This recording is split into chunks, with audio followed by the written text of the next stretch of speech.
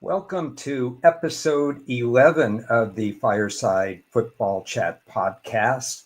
Much of this show is going to be solo and it's going to be a long one. So, kind of an experiment on my part. Thanks for watching. Thanks for listening. And I appreciate everybody who tunes in.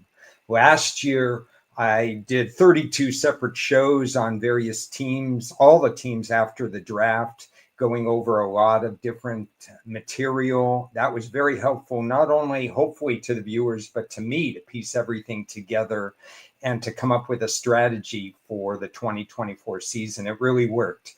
This year, I'm going to be ambitious, combining it all in one show. Don't have 24 different shows to do or 32 different shows to do. So please be patient with me as we try to go through pretty much a snapshot of the 72,000 words that I wrote in my 64-page NFL draft summary. So this show is also going to be a little bit interactive. Some of the people who have appeared with me in the past, some people who have been friends of the podcast, they're going to appear for 5 or 10 minutes, give me a little break, talk about the questions they have about the draft, comment about certain teams, and so on.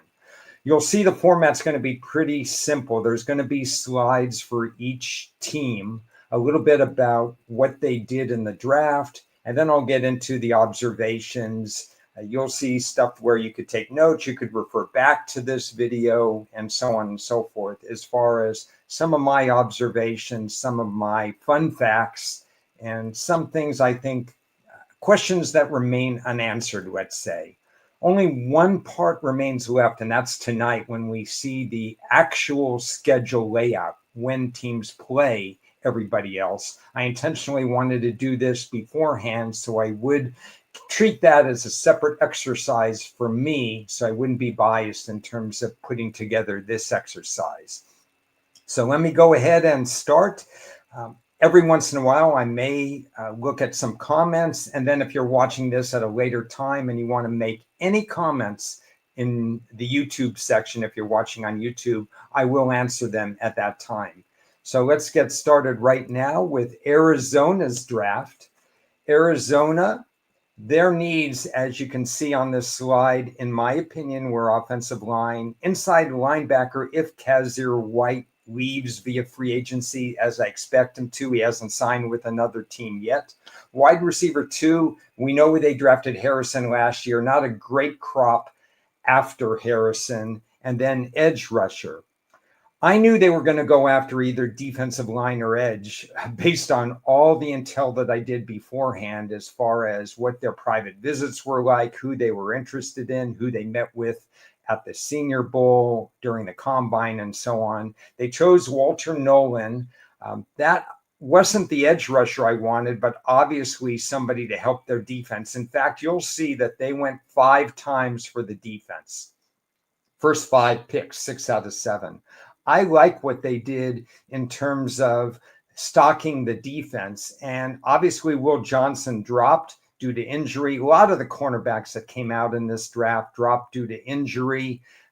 I think 5 or 6 of the top 10 cornerbacks rated in this draft missed a significant part of last season. I like Will Johnson. We don't know about his time speed. He made some mistakes when he was on the field, but he's a smart player. He's instinctive. I think he still belongs in the top 3 conversation for cornerbacks who came out in this particular draft.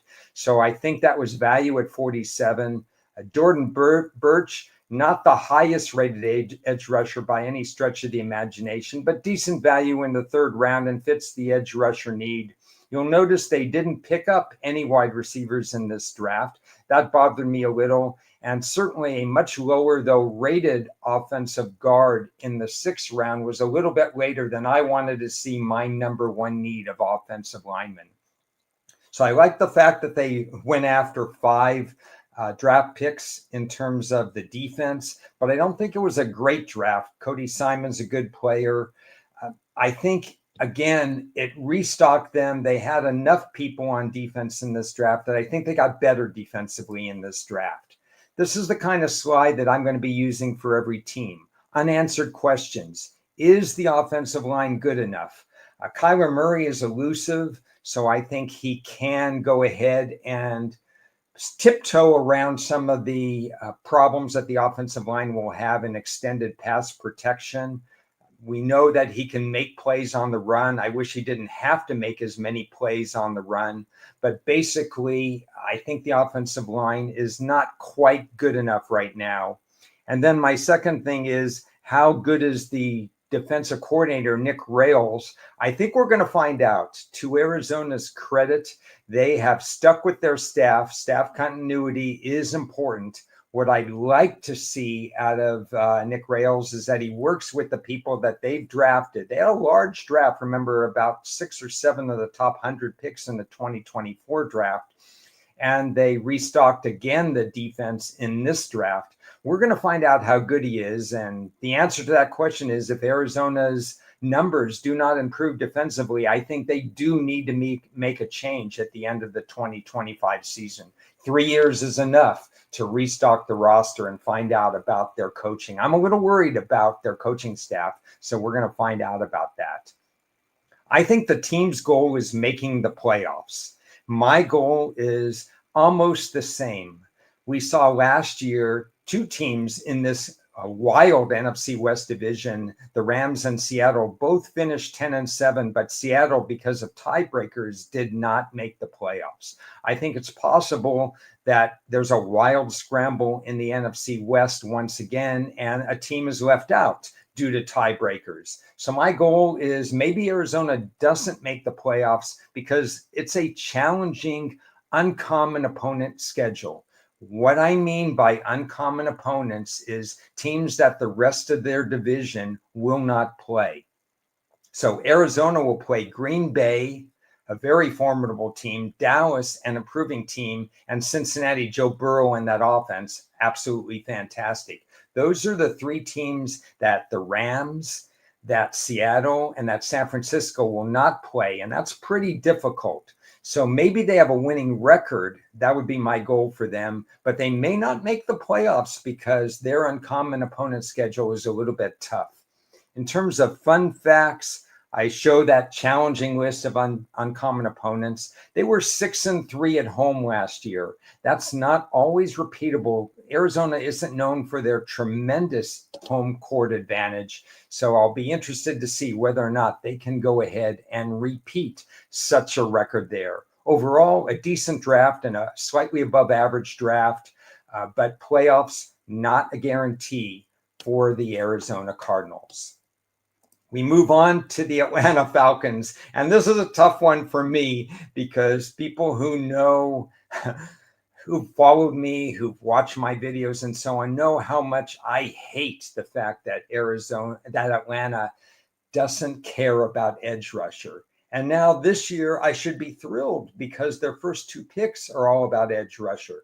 But of course, the other thing they do for, I think, the 15th, 16th, 17th time in a row, they sacrifice draft picks. We saw it last year, and now this year, they only have 5 draft picks again. It really stunts growth. For these teams that are not Baltimore, Kansas City, Buffalo, Green Bay, teams that are established, that have had multiple draft picks for years, and then they can go ahead and feel free because they have big rosters. They can trade in the draft and make 10 picks become 7. But teams like Atlanta that finish 7-10 almost every year, they shouldn't be sacrificing draft picks. And they're going to be sacrificing, again, 2 picks in the one in the first round next year and one in the 3rd round next year. And I disagree completely with that philosophy. The only trade I would have made this year is that trade for Xavier Watts, because he, to me, has tremendous value at pick 96. I thought he had more of a 2nd round grade, in my opinion. So in reality, they get 3 really good players out of this draft. Jalen Walker and James Pierce immediately upgrade their edge rusher stat. Remember, this is a team that is so far below the next worst team in terms of sacks over the last 6 years. They have 168 sacks in the last 6 years. That's 28 per season. League average is closer to 40 per season. So they have fallen. If you cannot rush the quarterback, your cornerbacks And Terrell's an excellent cornerback, but they have to cover a little bit longer. That's unfair. And so now they're trying to do something about it. I wish they had more picks. The offensive line got Jack Nelson in the 7th round. It's a little late for that. They did not pick up on a cornerback. They need extra help at cornerback. They didn't add in terms of defensive tackle. But they are going to be better with Xavier Watts, and they're going to be better in the pass rush. When I look at their next slides, how good is quarterback Penix? That's my unanswered question. Here's what I think will happen with Penix during the season. He's going to have games where you're going to see him go 21 out of 27, 210 yards, 2 touchdowns, maybe an interception. He's going to throw in rhythm. He's going to be really good. And then there are going to be games where you see that he's 18 out of 35. He's off rhythm. He's below average accuracy as a quarterback. I think you're going to see peaks and valleys throughout the year in terms of his performance and how he stacks up in terms of getting a team to that next level. Be prepared for inconsistency with Michael Penix. He had a lot of college starts at a very high level, played in championship games, but he's had 3 NFL starts, and that's going to create some uneven performances, in my opinion. Finally, what did I put here? Releasing the invisible man. What I mean by that is they have a tight end that they drafted very, very high a few years ago in Kyle Pitts. And basically, they've not used him during the season. He's been getting 40, 45, 46 receptions. Really, that's the equivalent of less than 2.5 receptions per game. At some point, he is a mismatch waiting to happen. He's athletic. He could do a lot of things for the team. I'm curious whether or not Atlanta can finally go ahead and use him to the best of their abilities. If they can do that, they can score more points offensively. That's something I'm going to be watching in September. Is Atlanta going to use Kyle Pitts the way they should use him? Because his ceiling is one of the better tight ends in the NFL, and tight ends matter, especially for young quarterbacks. I think their goal is making the playoffs. Again, my goal is a little bit less, finishing with a winning record. I don't know if they can unseat Tampa Bay. Tampa Bay's been steady as she goes, but Atlanta has to prove that they can take the next step and get above this 7-10 record that they seem to be getting. GM Fontenot, he has, in his tenure, he has traded back just once in the draft. That's a fun fact for me. And then the last thing I mentioned already, sacks, 168 in terms of the 6-year performance. You just cannot do business this way. One other thing I'll mention is that I also track undrafted free agents. And Nick Nash, wide receiver, tight end Corey Simon, an offensive guard who should have been drafted, and Joshua Gray, and then maybe even Kobe Bryant, a cornerback. All 4 of these guys that Atlanta signed after the draft had draft eligible grades on my board. So they were one of 2 teams that I think did very well after the draft. If you look at it that way, then their draft of 5 becomes a draft of 9.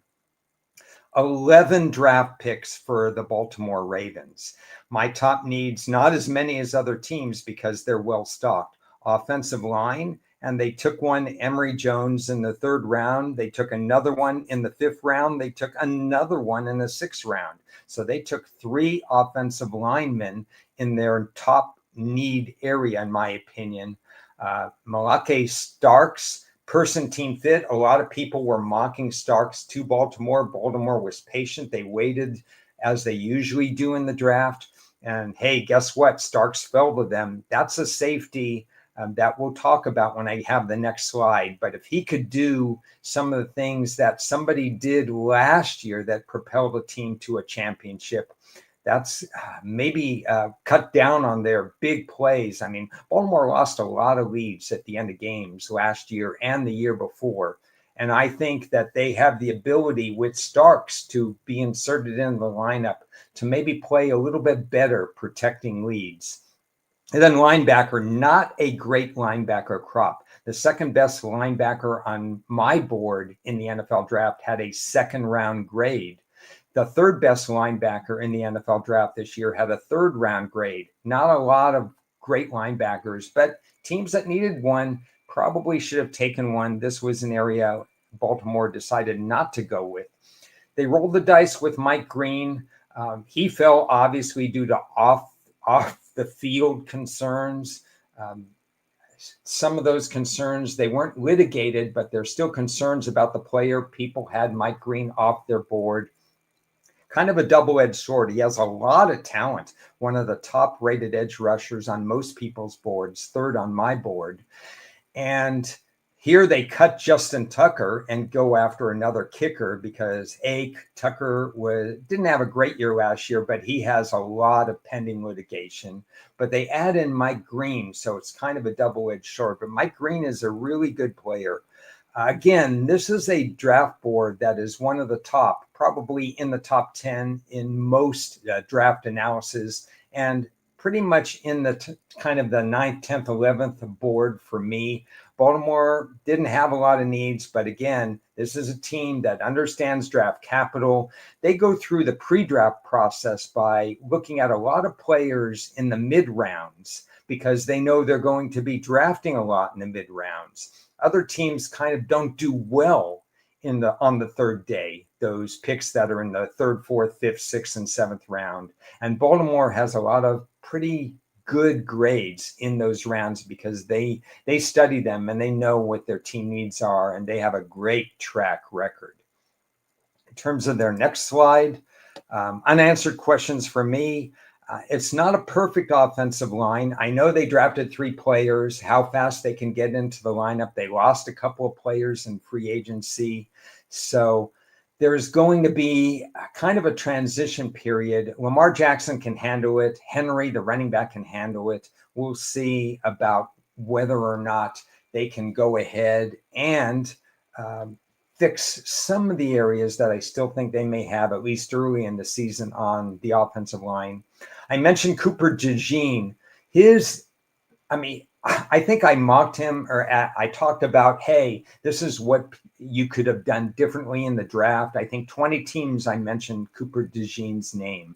And I have a couple of names this year that I keep mentioning in a lot of people's drafts. They're in my 64-page draft document. In this particular case, I think Starks, the ceiling is that he cleans up a lot of things, and maybe he's in the right place at the right time, and Baltimore protects leads a little bit better because in obvious passing situations, Starks, who's not listed as a starter right now, becomes a starter when you go into nickel and dime packages and protecting leads in the third and fourth quarter. If he can do what Cooper DeJean does, Baltimore is one step closer to that goal that I say, and it's really Super Bowl or bust. It's Super Bowl or bust for Baltimore because just getting to the championship game isn't good enough. They have the roster to do this. They have the draft that, again, was a solid draft. They did not take a step back in the draft, so I think they can handle it. Now, in a fun fact that I uncovered, and this is crazy because Lamar Jackson doesn't turn the ball over that much. Other teams turn the ball over a lot more than they do. They have a lot of sacks. They put a lot of pressure on opposing quarterbacks. They garner a lot of interceptions. But in the last 9 playoff games, and you can look at Lamar Jackson playing in a lot of them. Sometimes he was hurt and didn't play in 1 or 2 of these games. But in the last 9 playoff games, can you believe this? Baltimore has a minus 13 turnover ratio. Basically, with each turnover being worth 3.5 points in the NFL, if Baltimore stops turning the ball over and just has a flat turnover ratio, they may have appeared in 1 or 2 Super Bowls by now. Just stop turning the ball over in playoff games and you're going to be better. That's a crazy stat in my book. Let's go and transition over to Buffalo. And Buffalo, I think they had one of the stronger and more focused drafts that they've had in a while. You look at cornerback, You look at DT, those were their two main needs. I did have some other needs, but I'm only listing their top needs. And Buffalo only had two. And guess what? In the first two rounds, they take a highly rated cornerback in Maxwell Hairston. They take a decently rating defensive tackle in TJ Sanders. Believe they traded up for him. They go ahead and add two more defensive players right on the front four, Landon Jackson and Walker. These are guys that may not start right away, but they're going to contribute. It's a 17-game season. It's a long season. So you know that they're going to see some minutes. They're going to see some snaps. And so to put three of the top four guys right there in the first 100 or so picks, that's a really good focus for the Buffalo Bills. They add a blocking tight end in the fifth round. They already have Kincaid and Knox at tight end, so they really didn't need tight end, but they want to get more physical. They want to get those third and short. This is the kind of guy that they could put in two tight end sets. That's a really good blocker out of Georgia Tech. Dorian Strong was rated by me. Chase Lunt, a little bit late for offensive tackle. You want to see some depth build on the offensive tackle, but he was rated as well. And they have a return guy who might be a wide receiver 4 type in the 7th round. Again, no unrated players from this particular draft. They did a really good job here. The question is, can they, like Baltimore, get over the top? My unanswered question is, hey, they took two guys, Walker from Kentucky and Hairston in Kentucky. Kentucky wasn't the greatest team college-wise. They've occasionally put together some good defensive efforts. So Kentucky plays in the SEC, plays a lot of tough opponents. Walker's tape, the defensive tackle who was drafted from the last slide, his tape was better actually in 2023. If he can revert back to his 2023 form, then I think Buffalo got a real steal with their 4th overall pick in terms of the draft. So we're trusting that Kentucky has trained these players enough that they can transition to the NFL. Tight end Kincaid, if you look at his yards per reception, it's not strong enough in my book. He's got to do a better job with that. And Buffalo has to do a better job of having him go a little bit deeper in his routes. Otherwise, you're just going to get those 5, 6, 7-yard routes. I think they have to do a little bit better there. The pass defense percentage was roughly around 68.5%. That's not Super Bowl worthy. That's why I faded them at the end of the season and in the playoffs, I should say, in their last game, that they would not get over the hump. They got awfully close. I mean, those Buffalo-Kansas City games, they go down to the wire all the time. But if they can just improve even by a couple of percentage points, just knock down 1 or 2 more passes per game, then Buffalo kicks open the door and then they meet their need of Super Bowl or bust. And that's what I think it is, Super Bowl or bust. Now, what is not repeatable is a plus 14 turnover differential in just fumbles. That's probably the best ever, where you have recovered 14 more fumbles than your opponents. And typically we see regression in large turnover ratios. So when you see that plus 24 turnover ratio, I'm not expecting them to get all the way down to 0. But they're going to lose a lot of points if that turnover ratio is even just plus 10. So think of it this way. They made gains offensively and defensively, especially defensively in the draft. And they're a veteran team. And I think they're a better team than they were last year, but they won't be able to repeat that turnover ratio. So that's some of the give and take that we have. I'm going to pause just for a second and look at some of the comments that we have here. I see that Quaint Coach is there. Falcons pass rush is so bad that no pressure. At least they're trying to upgrade. And I definitely agree with that. We have a comment also that the Ravens receiving core, very good, underrated. And that we'll find out. Bateman's on his, I think, his contract year right now. I would like to see a late pick for wide receiver in a rated area. So That's going to be interesting to see whether or not they can upgrade there. Hi to Chris Hunter as well. I will pause every once in a while and go through some of the comments. So I appreciate the comments. And again, I appreciate everybody for going ahead and listening and viewing this. And hopefully some of these tidbits and some of my thoughts create some thought-provoking thoughts for you. You may agree to disagree with me. You may see something that in a team that I don't see. So far, we've gone through 4 teams, and I've sort of liked most of their drafts. I wish Atlanta had more capital. We're going to see some teams, certainly, as we go through more, that I'm not quite as thrilled about. In fact, Carolina, another kind of low positive. It's better than it has been because at least they stuck and drafted 7 or 8 people. They attacked edge rusher and they attacked wide receiver, 2 of my need areas. I don't particularly like the Ole Miss edge rusher. He was a graded player, but I had him more as a 4th or 5th round person. They traded up to get him. A lot of people disagree with me out there because I surveyed and I canvassed a lot of the beat writers and some other analysts. That's what I do. That's why each draft report is a full 2 pages per team. I like McMillan as a little bit of a surprise pick. In retrospect, I think it's not a bad idea to go after wide receiver and then come back edge. However, you do miss on the top edge rushers, and typically the hit rate for edge rushers is pretty good in the first round. There are certain positions that offensive line, edge rusher, that the hit rate is a little higher on. It's a little more hit and miss, especially for quarterback. But some positions do better than others. McMillan is not one of those guys who creates separation. He doesn't run fast, but what he does is when there's a 50-50 ball, it's usually 70-30 in his favor.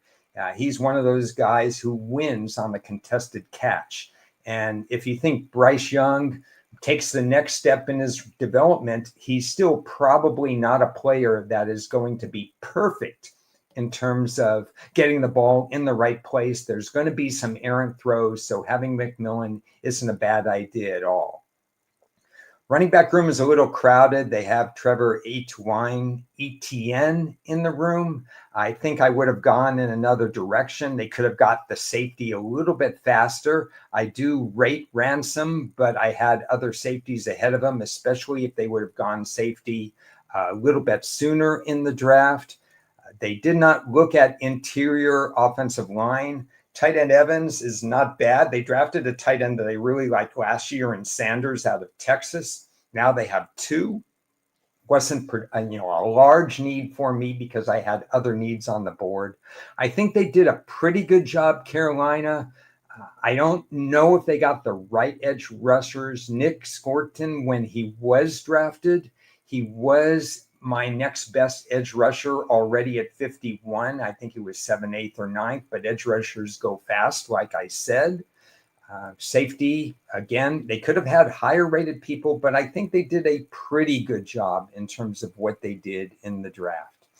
In terms of my questions for them, is the defense any better? Because it was rock bottom last year. Same defensive coordinator, but they lost 5 or 6 starters, including their tremendous stacker, Brian Burns, who they traded on the cheap to the New York Giants the year before. I'm not sure the defense is any better for 2025. A lot of these guys are going to get better after they have their feet wet, after they get their feet wet in the NFL. So I think it's going to take a little time. I don't look for a tremendous improvement next year. And in that, on the defensive side of the ball. And I want to mention that because everybody says that Atlanta did really, really great the second half of the year. Bryce Young found his rhythm, and he did. But I want to caution against the fact that Carolina was a better team at the end of last season. They really weren't, because they were still giving up. Actually, they were giving up more points in the second half of the season, 32 points per game in those last 7 games. So I'm not sure they really improved as a team. Bryce Young improved, but I'm not sure the team improved. So let's not go and get real excited that they're going to make the playoffs. It's not that tough a division, so it is possible that they meet their goals. I think is a serious playoff push. And my goal, again, is a little bit less for Carolina. I don't know that they make a serious playoff push, but I think they're the type of team I want to see statistical improvement in. If we don't see the defensive numbers improve, then we've got a coaching problem somewhere, and maybe we should have drafted higher rated players. I just want to see some baby plus steps so that they're not rock bottom in their defensive performance. 32nd and last in total yardage differential. So there's still room that they need to make up. Okay, here we go with the Chicago Bears. And first of all, this is a draft kind of analysis with a look toward the future. But I do have to mention that this team did an excellent job in free agency as well. Now, part of it is using draft capital to get Tooney and to improve their offensive line. And I'm always a fan of teams improving their offensive line when they have to hold blocks for a first or second year quarterback. And last year, there were a lot of sacks. So it was a rookie quarterback. He held on to the ball. He didn't turn the ball over. Caleb Williams was very careful with the ball. That's an admirable trait in a rookie quarterback. But he also ate the ball a lot of times without throwing into coverage. So we've got Ben Johnson coming over, and his footprints were all over this draft. Colston Loveland, this was a need, not on my top need board because they already had Cole Kmet and they had a lot of other needs. But I understand wanting to get somebody to stretch the field. Ben Johnson wanted to create this offense in his image. He's gotten Luther Burden, who came into the NCAA. He was the number one rated overall player, I believe, his freshman year going into Missouri. Maybe he didn't quite live up to it, but he had a very strong grade. I had a grade of early second round. That's where he went, early second round. Colston Loveland, I had a grade in middle of the first round, and he went a little bit higher than I thought, but we're quibbling between, picking him 18th or picking him 10th. So they got two offensive players, and then they attacked the offensive line again. The one pick I don't like is pick 132, and that was Shamar Turner, the defensive tackle. And not 132, I'm sorry, the linebacker, Ruben Hypolite. He was unrated. In fact, they picked 3 unrated players in a row on my board. So that was my problem with Chicago. They had 3 players who I think they could have done better at. They didn't attack linebacker the way I wanted to. I'm going to go over Chicago's side slides, and then I've got a guest coming in to talk about this. I'm going to have Jared Smith come in just a minute, so I'm excited about that. The next slide, Chicago Bears. Not every offensive coordinator, and Ben Johnson did a fabulous job in Detroit as offensive coordinator. Not every offensive coordinator makes it, think Josh McDaniels, as a head coach. So let's give Ben Johnson the benefit of the doubt and say that he's going to be really, really good, but it's not a slam dunk. So be careful that he may not be ready right out of the gate. And then running back, you want to achieve some run-pass balance, but they have Swift, who hasn't proven to be that durable when he's been the main man, and Rashawn Johnson, who's been more of a 3 yards in a cloud of dust running back. I'm not sure that they've done enough at running back. I think this team, basically, their team goal is to win at least 9 games. And my goal is I'm cautiously optimistic, but I have my feet on the ground because I'm not sure that'll happen in Ben Johnson's first year. They allowed, 68 quarterback sacks last year. Obviously, that has to improve. That's why they went out and got all these offensive linemen, and free agency added one in the draft. Caleb 300 and plus receptions, but the yards per completion not good. Maybe he didn't have enough time. Maybe he didn't have enough receivers. That's what I'm going to be watching. Their turnover ratio was +8. Unfortunately, they're not going to pick up any free points because the turnover ratio is probably not going to improve by leaps and bounds. So they don't get any added benefit there. Jared Smith is in the house. Hey. How are you doing? Oh, I'm great. I just got back from a run. I feel refreshed. Everything. Well, I don't hear you on the mic here. Oh, you don't hear me on the mic? Okay, hold on one second. Let me see what's going on here. I can't quite hear you. Are you there? Check 1 2. Is that better? I just turned the volume up. Better? 1 2. Mic check 1 2. Any better? Check. There you are. Got you. Hey, here we go. How are you doing? Oh, I'm great. Just got back from a run. It's a beautiful day in Vegas. Absolutely gorgeous. It's like 75 degrees, no humidity. Things are going great. Ron, honestly, it's a great day. So I know you're a fan of the draft, and I could talk draft for hours, and it looks like I probably will talk draft for hours today, but I'm glad to have you on for a few minutes. I've covered 6 teams so far, but we can go out of order. We could go wherever you want to go. Impressions of the draft, what hit you, because we have every piece of the puzzle except for one, and that's where teams are going to, when teams are going to play certain teams. But I'm starting to form my opinions right now. Where are you in the process? Yeah, so I did upgrade a few teams very incrementally, marginally after the draft, and they were mostly teams that were very much at the lower end of my power rating spectrum, because obviously those are the teams that are drafting higher and that can have maybe more of an impact. The team that was ranked the highest in my ratings that I did bump a half a point was Arizona.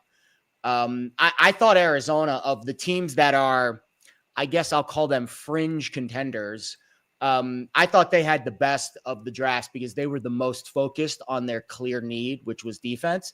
And I actually think their offensive unit is pretty ready to roll. And you give Jonathan Gannon some really good defensive pieces. And I think Arizona's got a chance to really make some noise. I mean, I really like the first 2 picks.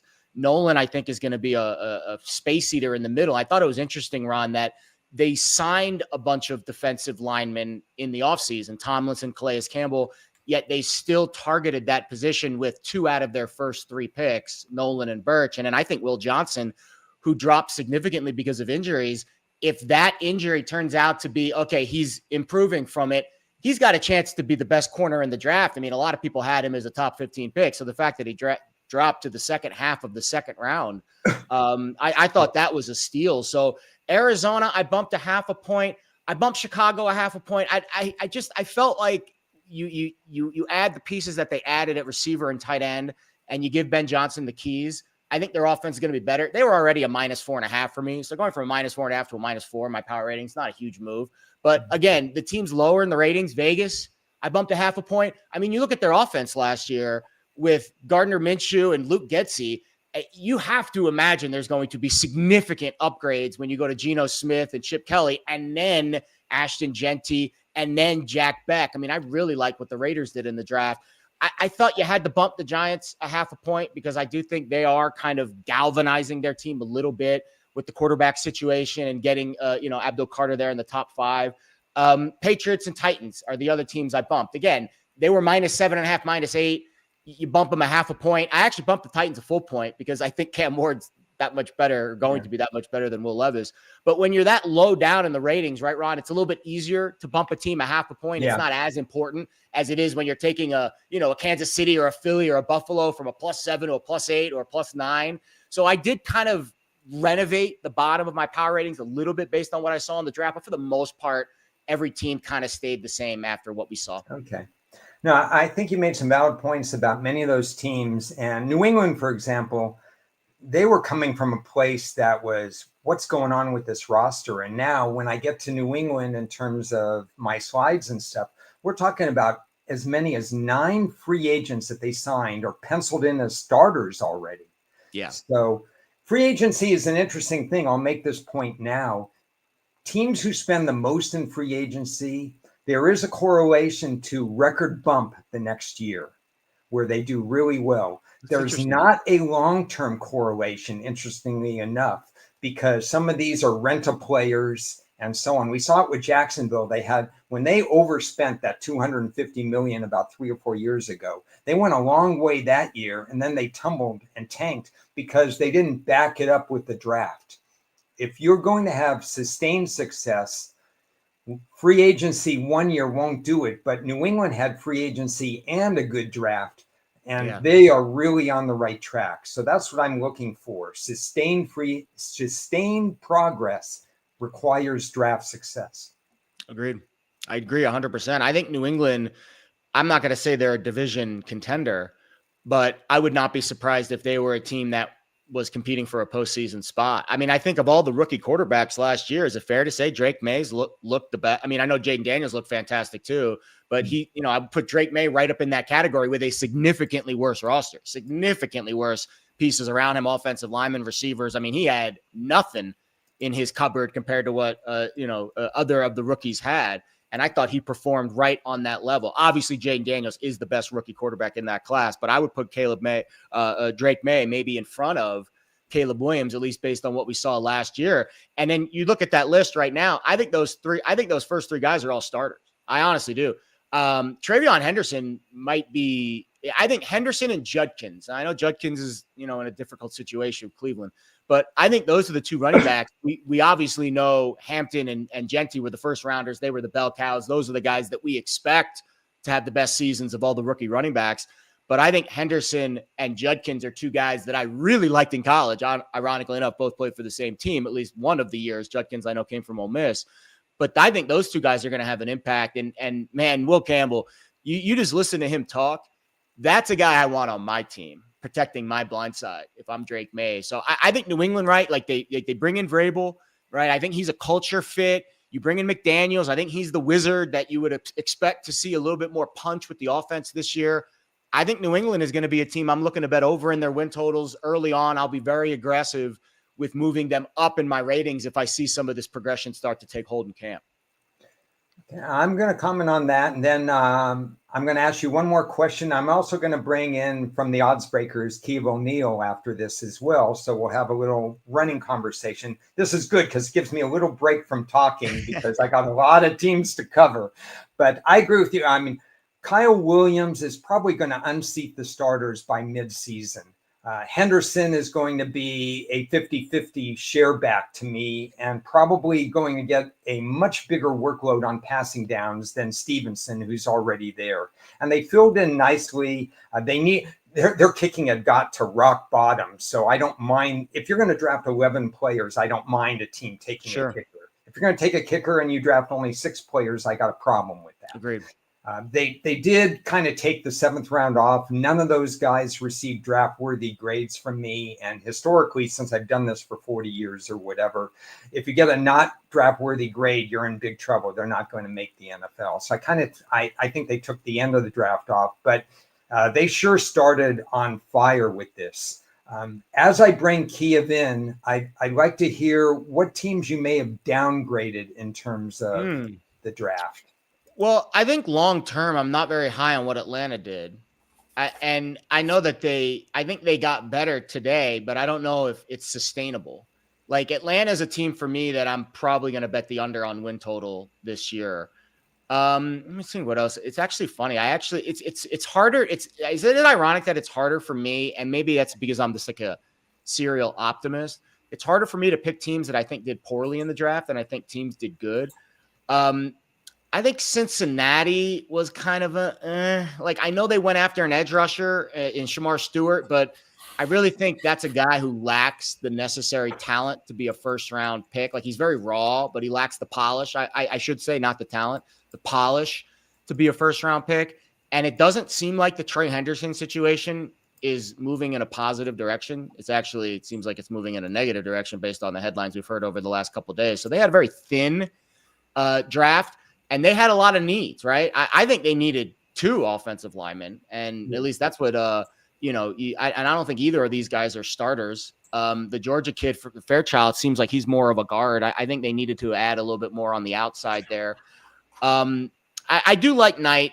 I think he's a kid who's NFL ready at linebacker, but I would have liked to see them address the secondary, and I would have liked to see them maybe get a stud tackle. Like they could have gotten either a starting corner or a starting tackle at 17, and they turned that down for a guy who I think has upside, but is very raw and probably isn't going to be ready to play, at a high level in week 1. So I thought Cincinnati could have done better.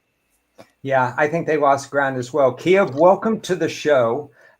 You're somebody, I mean, we spent a couple of shows where we talked about this before the draft. And for a lot of people, when the draft ends, when the 257th pick is chosen, then they go away and they do other things. But that's not me. That's probably not anybody on this stage right now. We're thinking, we're processing, we're going through. So Kiev, any thoughts on Cincinnati? Or draft's over, but it's not really over. What are you thinking right now? Well, first of all, thanks for having me on the show, Ron. Really appreciate you doing this. It's fun watching this and going back and getting your perspective on these games. And Jared, what's going on, man? It's great to see you. Yeah. I love talking about football, and it's like it's never too early for us, right? So here we are discussing the season, and great points you made there about the offensive line on the Bengals. I agree. I didn't think the Bengals had that great of a draft. And it's like the Shamar Stewart thing. It's a head scratcher. Was that to just try to show something to Hendrickson? Like, we don't need to negotiate with you. That thing can just go so bad right now. And of course, now he's taking the stance that, dude, I'm not playing stance. That's not a fun stance to be. I thought that he was a for sure lock to be paid, and he's not. And I think the Bengals are making huge mistakes, and they're just going to be in the same boat as they were last year. And we don't even know if Shamar Stewart's going to turn out. If you remember, he's got all the size and the traits, but he didn't get the production last year. So, I think they could have done better as well in the offensive line. Totally agree. Yeah. So I might as well. Let's focus on Cincinnati. Hopefully I'll have you for Cleveland as well, because they're next in the alphabetical order. Sure. And that was the most perplexing draft I think I've seen in a long time of studying this draft. But I have this slide up because on the Hendrickson, I don't know how this ends up playing out, because Cincinnati is not a great trade partner. They kind of very passive in that area, but you almost feel like he's not going to be with the team, so we don't know. If I had to do it for Cincinnati, I hate to say this because T. Higgins is a really good player, but he's not always available for 17 games. I would have signed Hendrickson and Jamar Chase, and I would have let Higgins walk. Interesting. I don't disagree with that. I think the reason that they kept Higgins is because Burrow really loves him. Like I think it's obvious that Burrow runs the show there, and I'm assuming that Joe really pushed hard for T. Yeah. And again, these are just base level assumptions on the vibe I get in Cincinnati. I don't like the Bengals franchise. Like I think, not that I don't dislike them personally. I don't think they operate at a very efficient level. Like they let the Marvin Lewis stink waft for years around that team. And they haven't made a change at general manager. Like Tobin's the longest tenured general manager. It's actually funny. I do my front office grid every year, and I always highlight newcomers. And then I look at the old heads like Mickey Loomis. He's been there for 25 years in New Orleans, obviously Jerry Jones, but that's a unique situation. He's the boss. And then you get to Tobin. I mean, goodness gracious, he's been there since before the turn of the century. Like, I just think there's a lot of staleness to that organization, and I think it kind of seeps through in how they run things sometimes. Yeah. They changed defensive coordinators. One year a guy's the hottest thing since sliced bread, and the next year he's gone. Yeah. So it's going to be interesting to see how the defense does here. But my goal for the team, because I agree with you, Jared, I think they step back a little.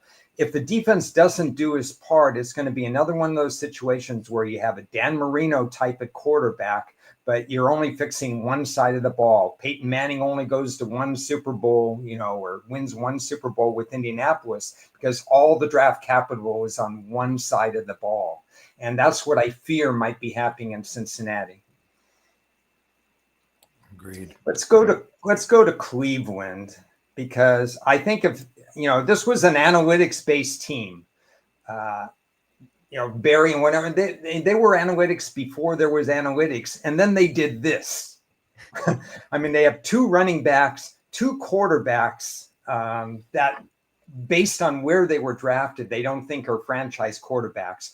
A linebacker and kind of a weak linebacker draft. It's almost as if every meaningful position they said, no, we're not interested. They even take a tight end, one of my favorite tight ends in the draft that I never thought would be on this team, because they already have a tight end that can function in this league.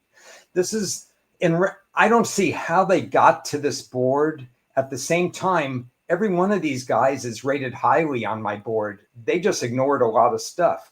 How do you, Kia, start with you. How do you assess what they did? Assessing the Browns has been a challenge for the last 40 years, my friend. They did something un-Browns like, which made an awesome trade, in the beginning, I mean, don't get me wrong. Hunter could be a Hall of Famer for all we know, but the truth is like, you think you might get two players in one with him. At the same time, he gets hurt, you lose two players in one, right?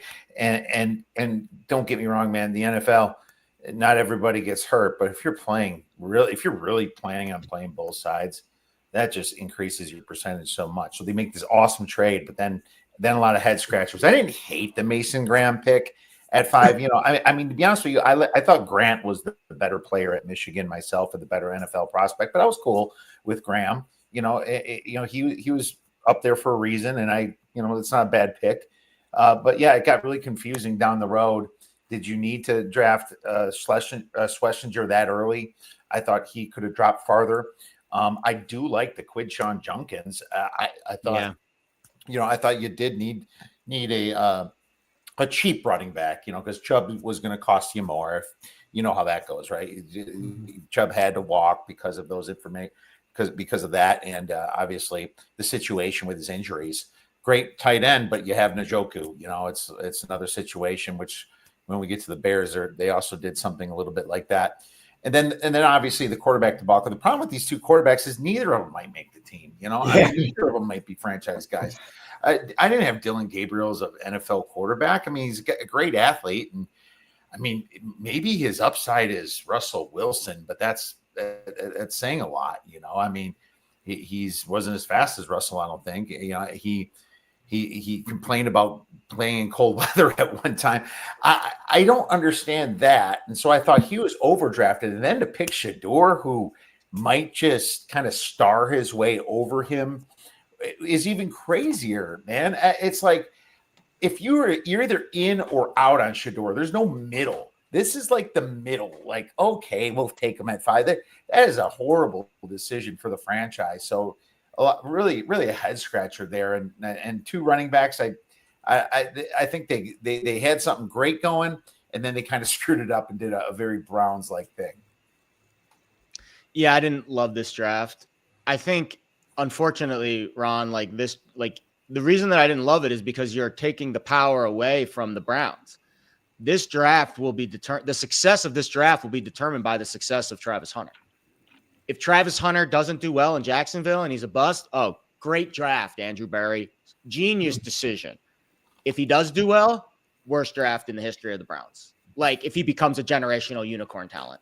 And, right, control what you can control. They released the control of this draft and the success of it when they made that trade. We'll see next year who they get with that first-round pick, assuming Jacksonville stinks and they draft in the top 5. Who knows? Maybe Cleveland stinks. Maybe both those teams stink again. And the Browns have 2 top 5 picks next year.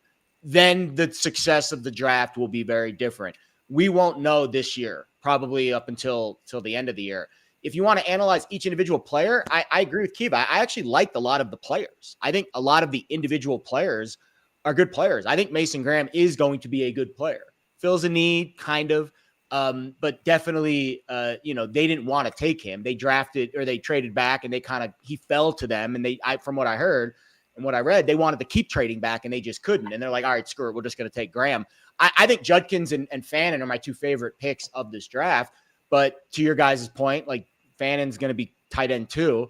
And Judkins, I think Judkins going to be RB1. Like, I just don't think Jerome Ford, like if I had to pick, I would much rather put Judkins in that spot, at least early on, and see if he can run with that job. And then Ford's kind of the change of pace guy. The quarterback thing, Shador to Cleveland, to me, was always the perfect fit. And I think what they did is they just really wanted to serve him a slice of humble pie. Dylan Gabriel's not a third-round pick. Like, I'm sorry. He's just not. I think they picked him in that spot because they needed a quarterback, and he was the next one on the board that wasn't Shador, and they didn't want to take Shador. The way Barry looked when they flashed to the camera of him after they drafted Shador, it almost looked like he was going to the dentist. Like, he was not happy. I mean, did the owner make a call? Like, it was such a weird situation to have both of those guys on your team because, to your guys' point, I don't think both of them are going to make the team. So that means you either drafted a quarterback in the 3rd or 5th round that will likely be off the team in 3 months. It was a very weird situation, but I guess that is how you define Cleveland. Yeah, I mean, I just don't think it's like they were playing checkers, everybody else was playing chess because they weren't thinking 2 or 3 moves ahead. I mean, how did they end up with this board? So at the same time, I think this draft in the long run produces 4 or 5 starters, and that's not even counting quarterback. So it's really weird because Fannon's a starting tight end in this league. One of those 2 running backs, if not both, are contributors. The linebacker's going to start, especially with injuries. They have a guy on IR all year. So there's a lot of different things. We don't know. My problem, and that's why I have this slide up, is that we don't know about offensive line. Who's going to protect these guys? Joe Flacco is turnover prone. You don't want to, rush him to judgment. And you've got Wills. He's not signed. We don't know if he's going to be with the team or not be with the team. He may be their best offensive tackle, and we don't even know if he's going to come back. I think this team gets better because we'll see with the schedule release, because they're going to catch teams in letdown situations and other stuff. They're going to play a lot of non-primetime games. Just by osmosis, even if they have a -10 turnover ratio, it's better than -22 from last year. So -10 saves them whatever it is, 20 some points. So they're going to sneak up on people, but it's just a weird draft, and they left too much uncovered in my eyes. I would agree.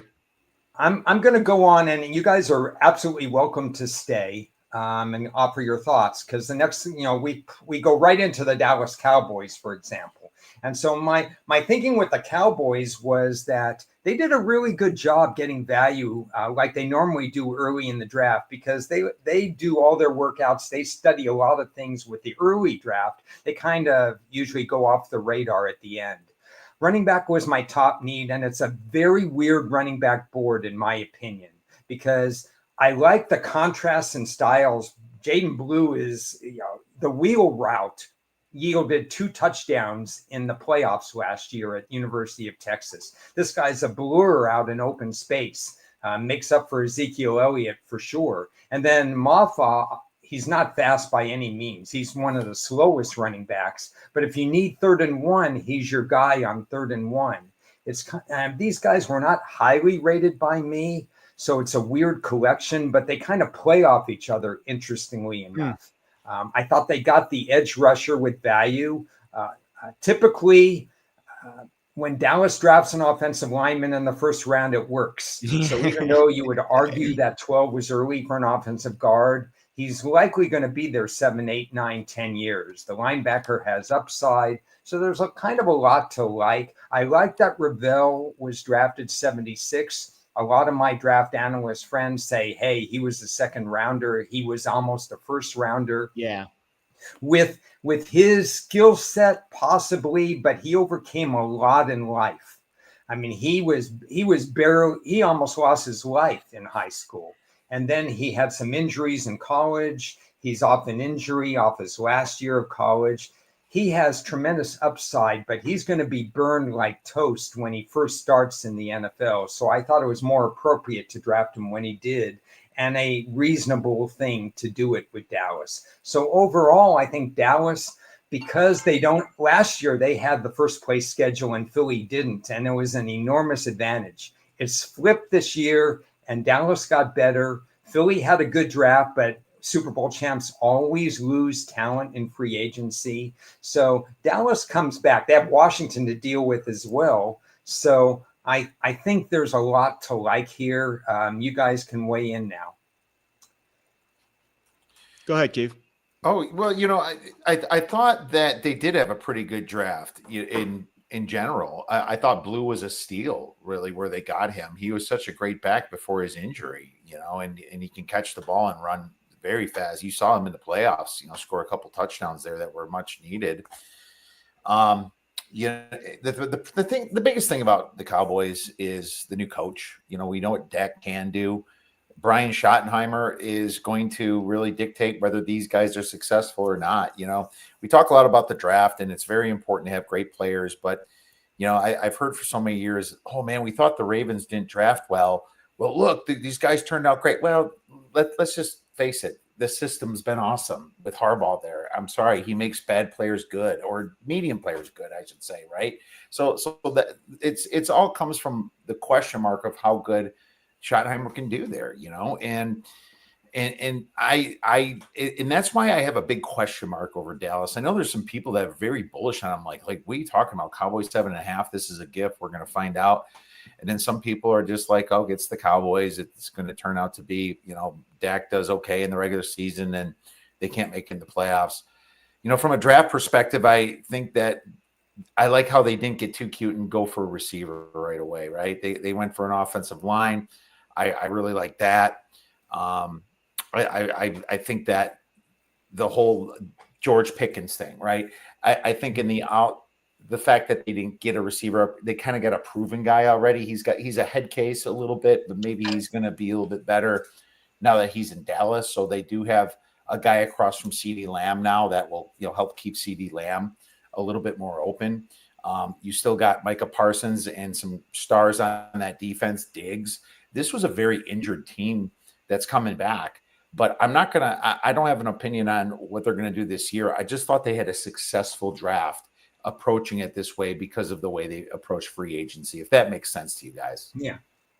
Yeah, I was bearish on the Cowboys draft because I thought they needed to take a receiver, and then they got Pickens. So They probably knew that going into the draft, like, hey, listen, we're probably going to trade for George Pickens.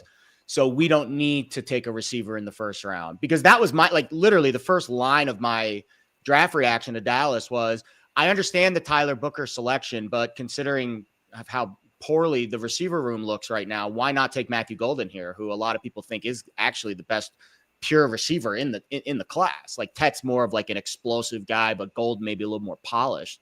So that was my first reaction. But now, knowing what we know now about Pickens, I've obviously tempered that negativity a little bit. Is 12 early to take an interior guard? Yes, absolutely. But to your point, Ron, this has worked out for them over the years. I'd love the next two picks. I think Ezaraku had a first round potential at edge rusher, and Ravel absolutely first round potential if he wasn't coming off an ACL injury. So I think they got two first round caliber defenders in the second and third round. So I thought that was fantastic. And they also beefed up the running back room. I'm not overly obsessed with Blue or Maffa. I think both of those guys are, secondary pieces.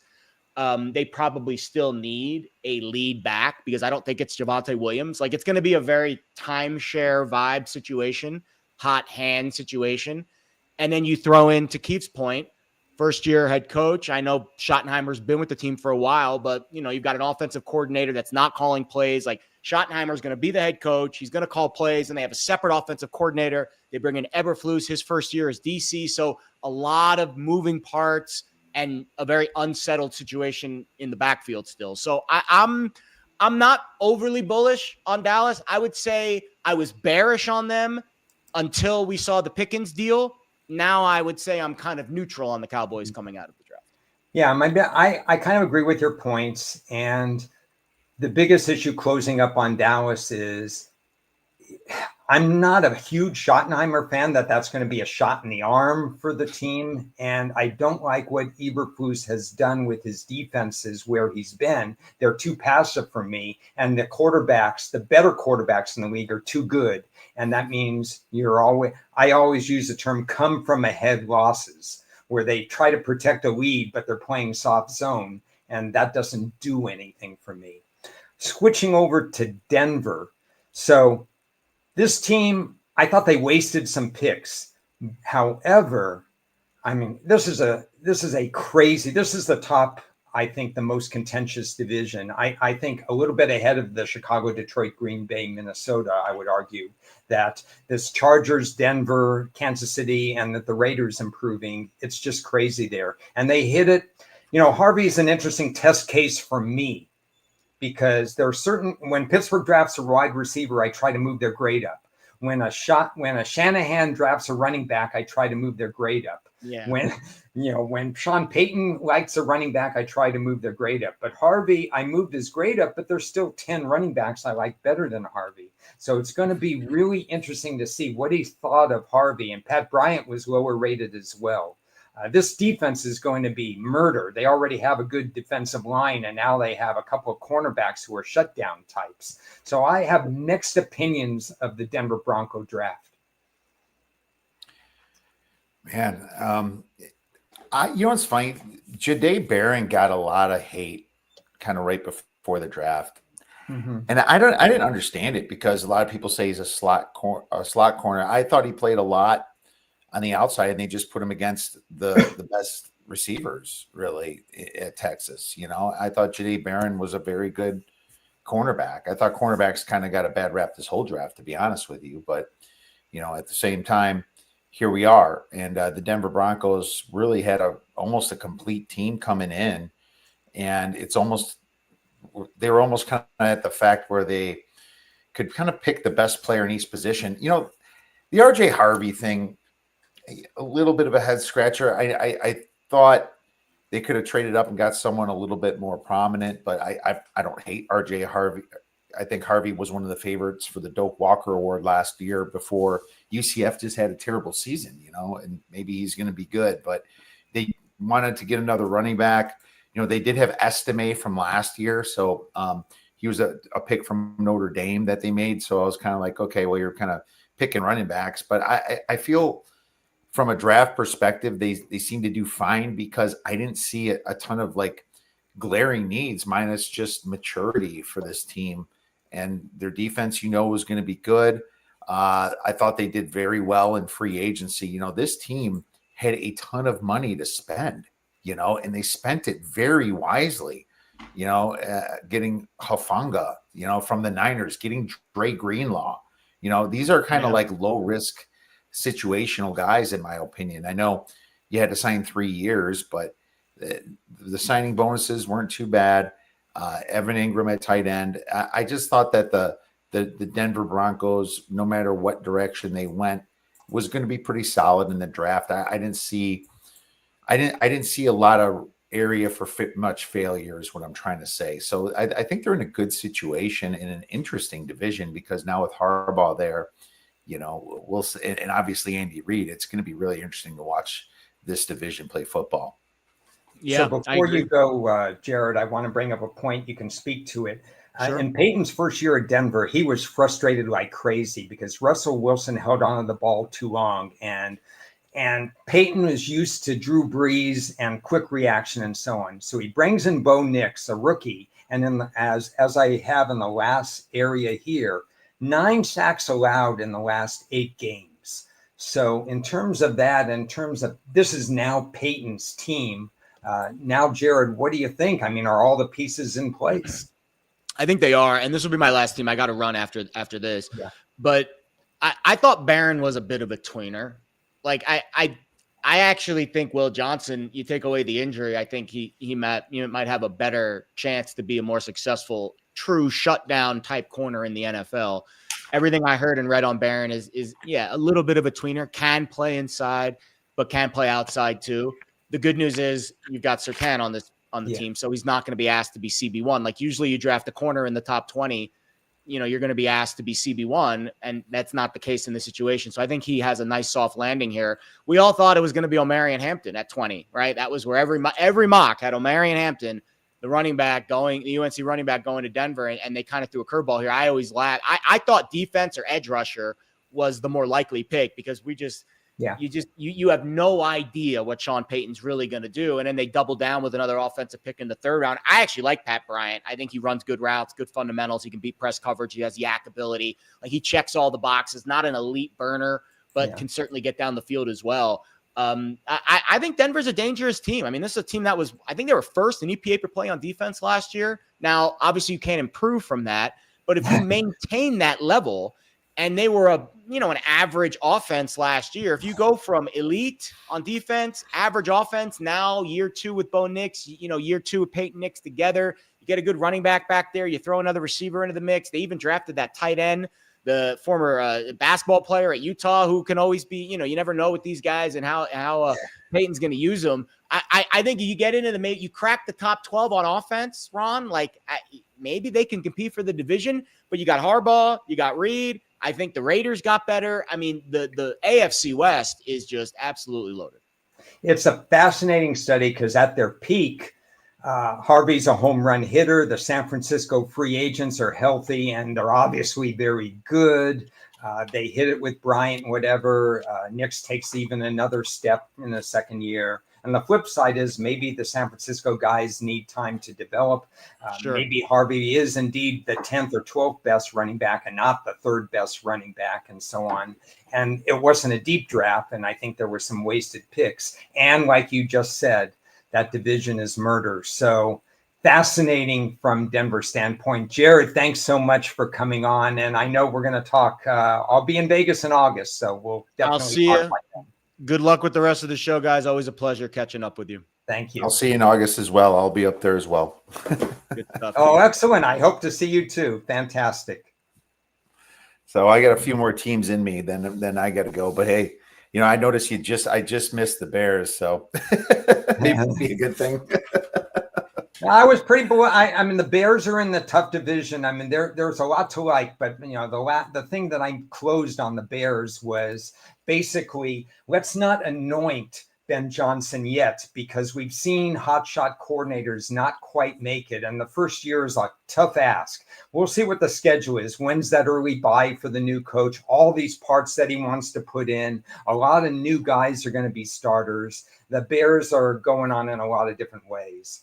So this is exciting. We get to Detroit, and I apologize in advance for everybody who thinks that Detroit killed the draft, because they didn't kill the draft. But here, this is like Saturday Night Live. Here to go ahead and offer rebuttal is Las Vegas Chris. Hey guys, how's it going? I'm good. I was just about to throw all this shade on Detroit, and then all of a sudden Las Vegas Chris comes. Now we have to be nice, but this is perfect timing. Chris, I hope you're able to stay for Detroit and Green Bay, since they're rivals and they're both alphabetically together. And they play each other game 1. Is that what's going to happen? Oh my goodness. Yes. Okay. Yeah. So where's the game at? Oh, I didn't notice. Okay. Well, it'll be interesting either way. So Detroit, they know how to draft offensive guards. They know how to draft offensive linemen. These two are really solid players. And I trust that Detroit is again going to have a top 3 offensive line. Everything else they did is another complete mystery to me. So let me go over it. Williams is a fine second-round talent at defensive tackle. You'll notice that defensive tackle is not one of my top 3 need areas. Mistake. T-Slaw is a wide receiver I thought would be a great 5th-round pickup. He was hot and cold in college. They traded up for him, giving up draft capital. Nothing new with Detroit. 9 straight trade-ups in the last 3 years. That was a mistake for me. They drafted a wide receiver, so that's good. It's on my board, not perfect. The edge rusher out of Boise State, I think his ceiling is pretty high. He's new to football. He's barely played 2 or 3 years. I don't think you'll see that much of him this coming year, but we saw what happened when your star, Hutchinson, went down. They had very few sacks. He was still their leader at the end of the year. He missed 10 full games, and they had very few sacks when he left the lineup. And then adding a safety complementary, adding a precise route runner at the end of the draft, but not a stretch the field guy. He's good for 3rd and 6, 3rd and 7. Very incomplete draft in my eyes. Take it away, guys. Go ahead, Kiev. Well. I think, it's funny. The biggest thing I heard about the Lions draft is, they needed to address their defense, all those injuries. But, and I started buying into that a little bit, but then I thought about it a little bit more. It's kind of like they had so many injuries. It was just uncalled for. It's like, do you need, if you just happen to have a bunch of guys hurt that are coming back the next year, Onwuzurike has been re-signed. I mean, do you really have to focus on that? It was just bad luck. I think a lot of it was bad luck. And so, I look at the draft and I think that they did pretty good on the top anyway. I do like Tyreek Williams from Ohio State. He's a beast. He's a run stopper.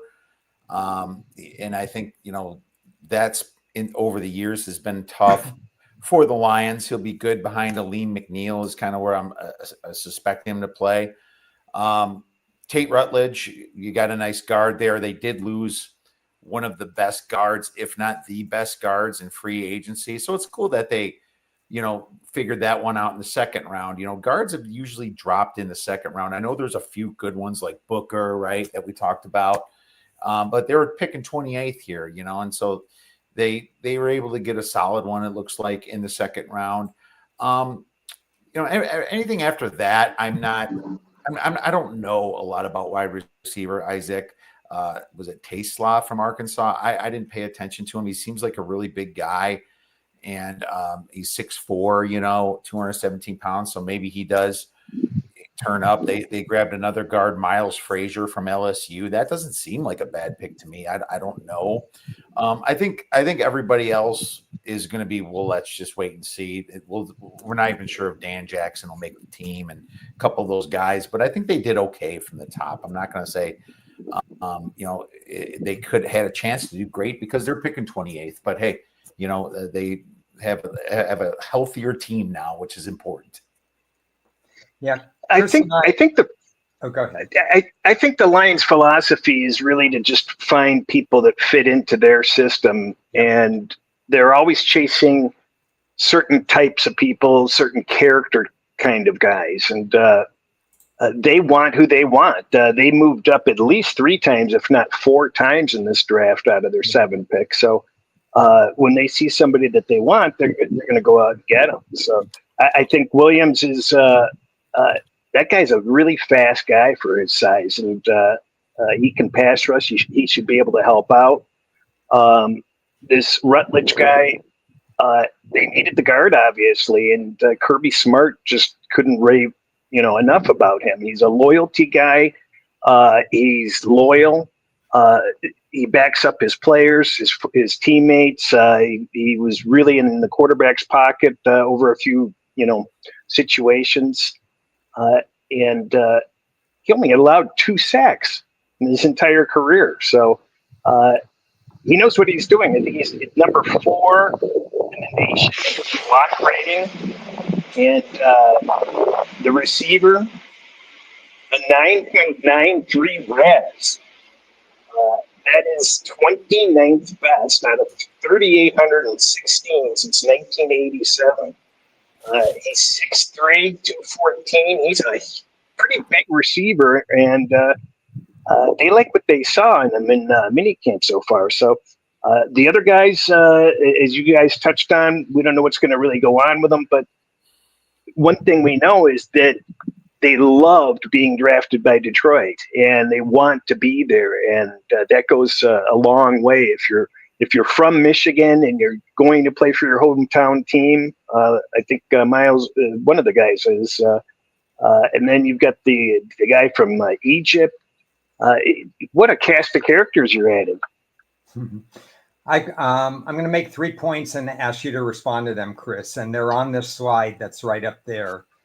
In terms of coaching turnover, we're not just talking about offensive coordinator and defensive coordinator. 6 assistants left as well. So that's one of my unanswered questions. How much does extensive coaching turnover matter, uncommon opponents. Remember, Detroit's in a tough division, and they're going to have to play Tampa, the Rams with double revenge, and Kansas City. Now, they could beat these teams, but they're also tougher games than their divisional opponents play.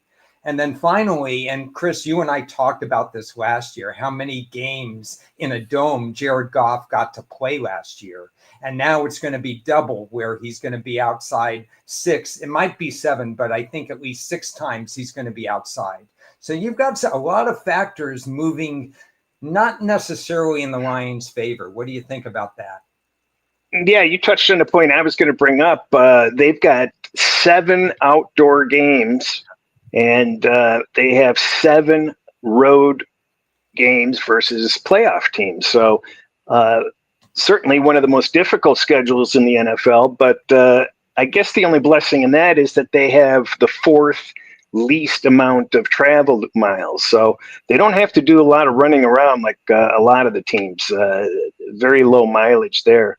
As far as the coaching goes, that's we're walking on eggshells there. So nobody wanted these guys to leave. But people have to step in. The new OC, John Morton, he was in Detroit in 2022. So he's no stranger to the program. He's coming in. He said, I'm not going to change a thing. Why would I? So I thought that was, I don't know why. I thought that was kind of an odd statement, laying your cards on the table like that. The pass coordinator said, hey, I'm not here to disturb, everything's fine. So I'm here to fine tune things. So I don't know whether I really like the fact that they don't see that they can't change. That might be an issue as far as I'm concerned. They've been commenting about the energy with some of these new coaches. The running back coach in particular, I guess this guy is just a rah, rah, rah guy. He is just vocal and energetic, and players are enthusiastic when he's around. So there is a lot of good stuff going on with the coaches. You've got Burnell and I forget who the other guy was. Kyle Allen handling the quarterbacks. They both have, a fair amount of experience. We need to pick up a better number 2, though. That's the problem. So I'm not sure Hooker's the answer on that. My biggest fear is to see Goff go out. I think he's very key to that offense. The contender for Detroit, my opinion, is Chicago is ascending. Minnesota I'll get to later. But the contender in my eyes is Green Bay. And they didn't hit all my needs in the draft, but once I get through this, I want you to comment as to where you see the pecking order between Detroit and Green Bay after this draft. You'll notice that wide receiver is not on my top need list for Green Bay, and that differs from a lot of analysts. But I thought even if Watson's not completely healthy, with Reed and some of the other guys they had, it shouldn't be a top need. They had other needs ahead of it. Now, did they strengthen the wide receiver room? Well, of course, if you're going to draft 2 of your top 3 picks are going for wide receiver, Green Bay is better at wide receiver. They added an offensive tackle who's played mostly the left side, so he would have to transition if he was to start on the right side. They draft 2 complementary edge rushers, so they paid attention to that need. I'm happy with that. I like Brinson as well, not as crazy with the bottom 2 picks. So cornerback is left unsettled for me in terms of what Green Bay did, but I think they improved their roster at least just a little bit. Now, unanswered questions. What's going on with Zaire Alexander? The rumor is that he is staying. Now, if he is, instead of needing 2 cornerbacks, then they only need 1 cornerback. And maybe that tips the scales if Zaire stays between Detroit and Green Bay. Special team play. You guys know how much it matters to me. And Green Bay's been at the rock bottom of special team play. If it ever improves, they can climb over the hump and pass Detroit. But those are 2 key questions I have in the unanswered question area. So it's going to be interesting. And this is another team that was plus 12 in turnovers. I'm not used to that with a Jordan Love quarterback team. So there's not enough room for them to get better at turnovers. They'll likely slide just a little. So with all that being said, what do you guys think? Is Detroit still ahead of Green Bay? Are they tied? What's the story? They'll have a little bit less in terms of uncommon opponents, a little bit easier time. Chris, you want to go? It's going to let you go, Kiev. Yes, Detroit is still ahead of Green Bay. I'm not sure if Green Bay is even up to the Minnesota Vikings. I will say that Green Bay is just getting by, in my opinion, by great coaching. And so you will see pretty quickly if it was so much Ben Johnson there that made the Lions great, or can the replacement guy, I forgot his name coming up, was he quarterback's coach? I have to relook. It can replace that, offensive play calling and just kind of the schemes and the genius that was behind them. But I still think clearly you have to say, until they prove me wrong, that Detroit's ahead of Green Bay. I don't think Jordan Love's that great of a quarterback. I think his coach puts him in great situations, and I think he's careful with them. And that's why having star receivers aren't so, I guess, extremely needed, in my opinion. And what are you doing there? You did pick Christian Watson pretty high up before. You got Jaden Reed that moved into the number one slot. And then I felt like the Matthew Golden pick was more to appease that big crowd in Green Bay, Ron, during the draft. I thought they should have got a cornerback. I thought they should have went secondary. Now you give Jari Alexander, who has consistent injury problems. He's great when he's healthy, but all the injury problems that he has, and he wants to get paid more money, and you're going to, kind of bend into that because you didn't pick, a cornerback or a secondary there. I don't think, Nixon or Nate Hobbs are all that great. And Xavier McKinney at safety is kind of old. I think they're middle. They could have addressed the defensive line a little bit better, in my opinion. I thought they were giving up a lot to the run in situations. They're lucky they have a great coach, because I don't think they'd be any good if they didn't. We'll see what happens with the Bears. We'll see if Ben Johnson's the real deal as a head coach as well as a coordinator. He can fix some of the problems Caleb Williams had. But no, right now it goes Detroit, Minnesota, Green Bay, Chicago until further notice. Yeah, he was just trying to rile us up and wake us up. Come on, Detroit is certainly the better team.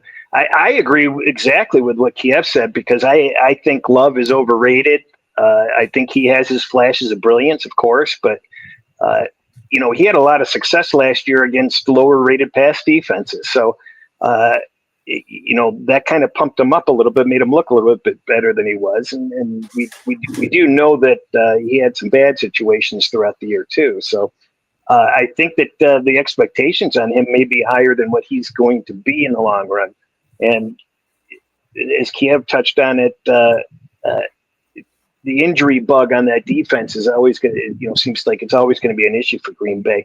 The thing with, about being a Lions fan is it's just so frustrating, because it appears, every team in the division just keeps getting better and better. And it's just one hell of a division this year. And realistically, Detroit may be better, but it doesn't take much to, jump or fall a few spots in this competitive league. The difference between winning and losing, you just have to look at how many, Plinko games you have at the end to realize that anybody can win any game.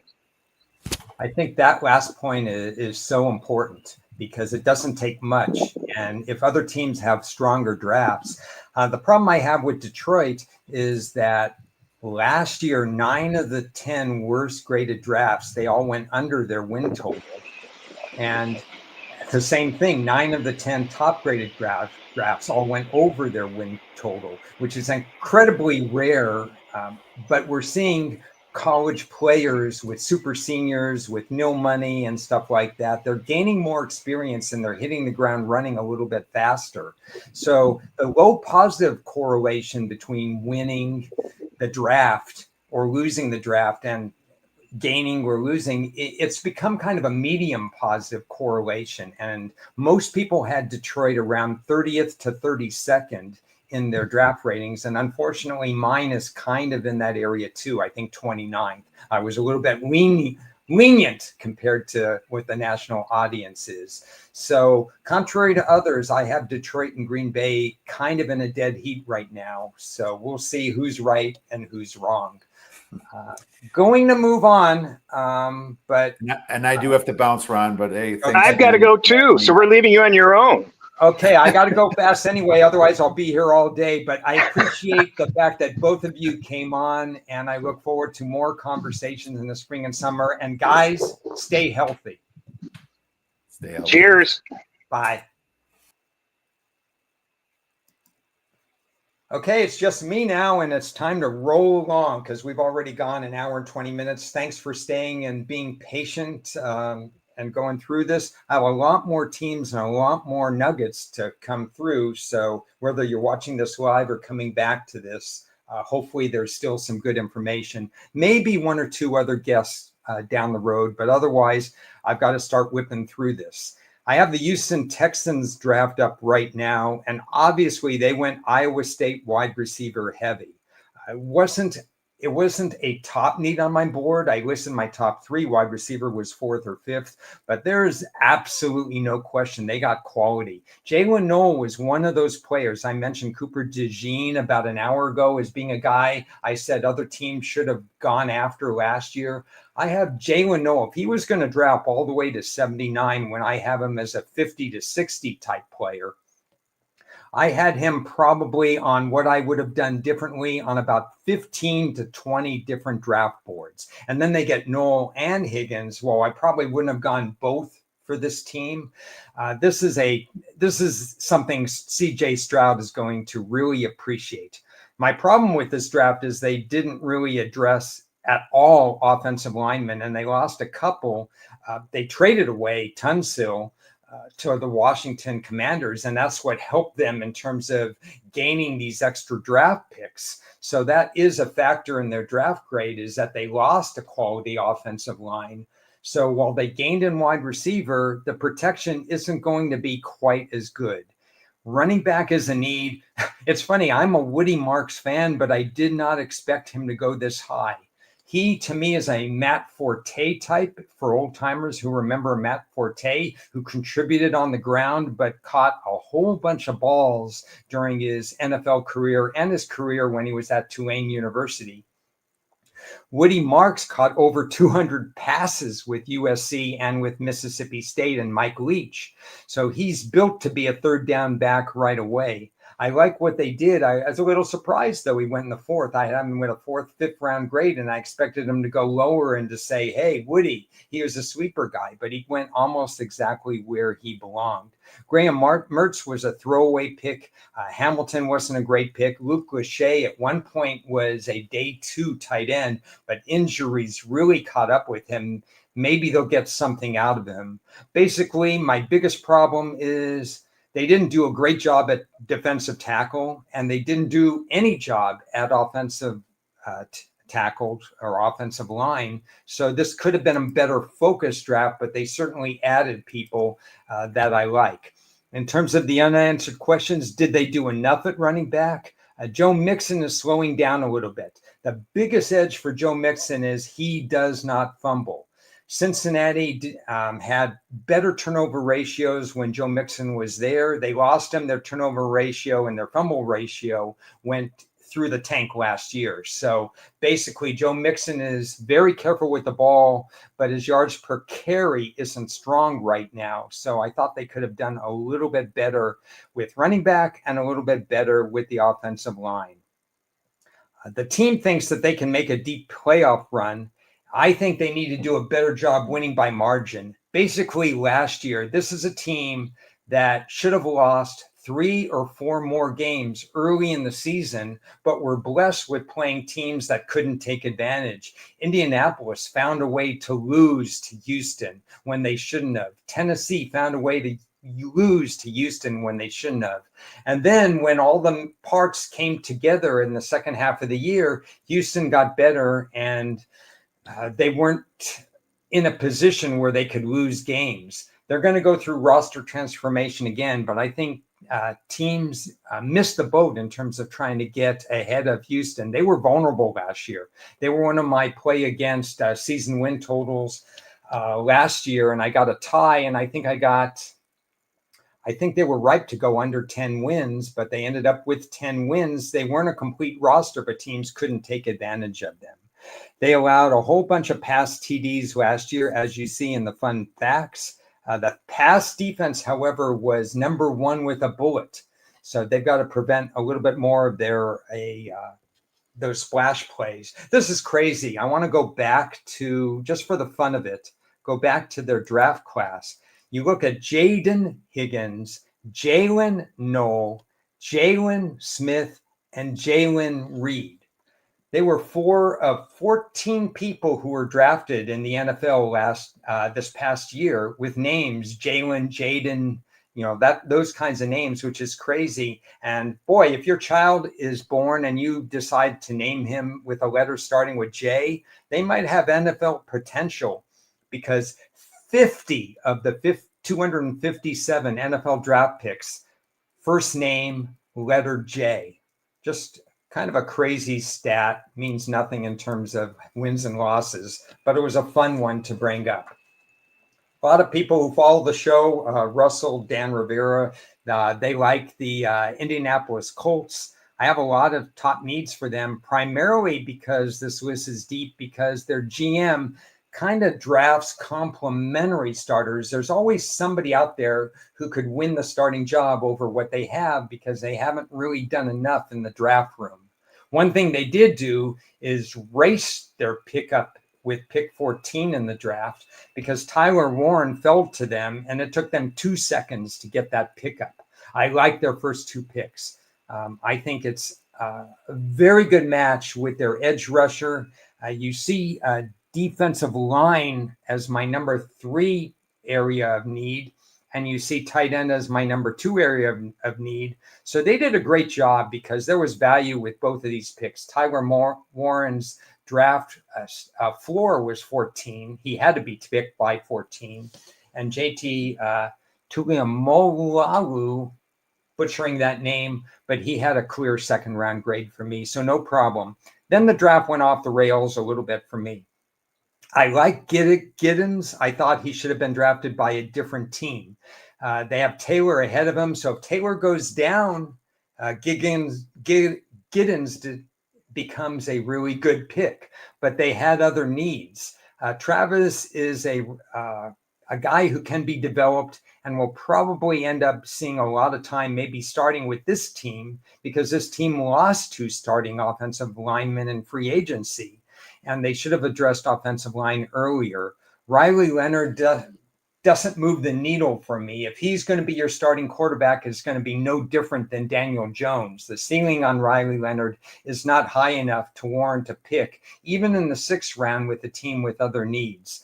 Tim Smith and the safety, again, back to Ballard's complementary drafting style. And at some point, if these picks don't work out, and at least he went with production, with the first 2 picks, he went with production over potential. And in the past, I've seen Ballard go for potential a little bit too much over production. So I appreciate the fact that he may have hit big with the first 2 picks, but he didn't sustain it with the rest of the draft. They have a new defensive coordinator. I'm hoping that means the cover 0 is gone. The days of the 70% pass defense are gone. Now, they have to get a little bit more talent in the back 7, but I'd like to see them play more press man. I like to see all teams play more press man in the NFL with the rules the way they are, because you allow teams to go down the field too much if you're passive in your pass defense. The big $64 million question is 47% doesn't cut it in the NFL, where your average quarterback completes almost 64% of their passes. 2-3 standard deviation drop between what Anthony Richardson brings to the table. So you've got to have more accuracy with him. It's nice that he has a great running complement there, but if you want your team to win the game in the 4th quarter, you're going to have to be an accurate passer. This is a problem. Anthony Richardson, this is probably your last chance. team's goal is to make the playoffs. My goal is a little less. If they don't make the playoffs, they have some tough decisions to make. Do they keep their head coach? He's pretty good, but the talent that he's been given to work with, I have a problem with. I think Ballard's tenure as GM could come to an end if this doesn't work. Last year, last in the league, 184 yards or 183 yards for Granson. That was the most tight end yards for this team. That's like 2 games worth for Brock Bowers of the Raiders. So that doesn't work for me. Jake Witt, I bring up his name because this is a problem. Ballard gushed over him. He said he was ready to draft him. This was his quote. He was ready to draft him when he saw him in shorts. So I always wondered how he was going to do with the team. He was on the team for 1 year, never played a down, and then he was cut. Don't gush over players in shorts. Make sure that they have some sort of college production before you're going to gush over a player. That would be my advice to any GM. It's been bad under the former GM Balky at Jacksonville. Now they have a new GM. While I didn't love their draft, this was a lot better than what Trent used to provide us in Jacksonville. All 9 of these plays have NFL-worthy grades. Some of them a little bit too low in my opinion. For example, pick 88 and pick 89, Ranshaw and Wyatt Millam, didn't quite have third-round grades on my board, but they did have close to third round, fourth round, or strict fourth round grades. So they were drafted a little bit higher than I wanted them to, but at least they had draft eligible grades, which is a big departure for this team. I wish they would have drafted offensive line. I wish they would have drafted defensive tackle. So this is a team that didn't draft to my need board. And usually I dock a team a little bit because of that. It's not going to be a D minus F grade. It's still going to be a C, C plus, which is a very good grade for Jacksonville, who's used to swimming in the bottom 5 for me. So I think these players can contribute. Jack Kaiser is going to be tough to keep off the field because he's so smart. He's not necessarily the most athletic player. A lot of these guys, if you take away Travis Hunter, they're not the most athletic players that you have. Kind of like the running back with Quint Allen, but when we get down to that point, that's water under the bridge. They needed to do a better job of either drafting higher rated players at cornerback or offensive tackle, or at least hitting my need board a little bit better. As far as the trade up, GM Gladstone wanted to make a splash. I don't think when you're a young buck at GM, you should be making splashes right away. You should be feeling your water through, maybe not the most well thought out trade. On the other hand, Travis Hunter could be a generational talent. I hope he is, because I really like him as a person, not to mention as a player. Little surprised that wide receiver will be his initial spot, and he'll be in maybe on nickel and dime packages for cornerback. A lot of us thought that it was going to be the other way around. But in retrospect, the way he runs routes, if they can get the offensive line to block for this team, Hunter will really help Trevor Lawrence, who needs to upgrade his own skill set. He needs to complete a higher percentage of passes. I don't know what the ceiling for Trevor Lawrence is anymore, because I've got to tell you, Trevor Lawrence has disappointed me over the last 2 years. I thought that he was going to really take the next step in his development, and he didn't. So I'm hoping that this happens now. They can fix the minus 15 turnover ratio, because Lawrence, he can be streaky with interceptions, but he's a veteran. So I think they can pick up some free points in that particular area. Nomad defined, if you look under fun facts. They've got a head coach in Cone that had a resume that read 1 year at Kentucky, then with the Rams. He went back to Kentucky, then with the Rams. Then he went over to Tampa. Then he went and accepted the job for Jacksonville, or he turned it down. He went back to Tampa. Now he's back at Jacksonville. His resume reads basically 1 year at several different stops. He hasn't put his foot down and actually had a resume where he stayed 3 or more years at a place in a long period of time, if ever. So I think this is going to be a learning on the job kind of situation, and that maybe curbs Jacksonville's ceiling a little bit. But I'd like to see Trevor Lawrence make some progress. And if he does, then this draft is a step in the right direction because they drafted all players who can make the team. These are guys going to stick. Remember, the old GM, the guys were off the team within 2 or 3 years. If these guys stick, then every year Jacksonville could get better. Baby steps. Don't expect massive improvement this coming year. I wanted to hate Kansas City's draft because I wanted them to fall off a cliff and have the next generation of Denver and the Chargers get better. Buffalo and Baltimore taking Kansas City off the pedestal. There are a lot of reasons why I think Kansas City was vulnerable, not the least of which was the fact that they keep winning games that they shouldn't. They're winning games by 3 points, by 2 points, by block kicks, by missed kicks.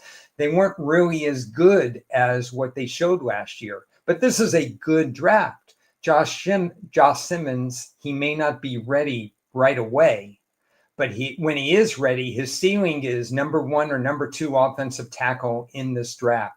And once again, just like Xavier Worthy last year, the rest of the league let Josh Simmons drop to Kansas City for no really good reason. Gillette, I like as well as an edge rusher. I think he's not necessarily going to win the job right away, but over time, he's going to be good enough. And Royals, he's a really good route runner. He was very productive in college. Another guy who just makes Kansas City's wide receiver room really good. And if we talk about their wide receiver room, Rashee Rice comes back from injury. I'm estimating a 6-game suspension. Hollywood Brown only played 3 games with him last year. Now he's available and healthy for all 17 games. And Worthy probably not going to be suspended. That case has been closed. So you've got, with Jalen Royals included, one of the top 5 wide receiver units as a whole in the league. And then you have Patrick Mahomes to throw to him, and an underrated running back in the 7th round.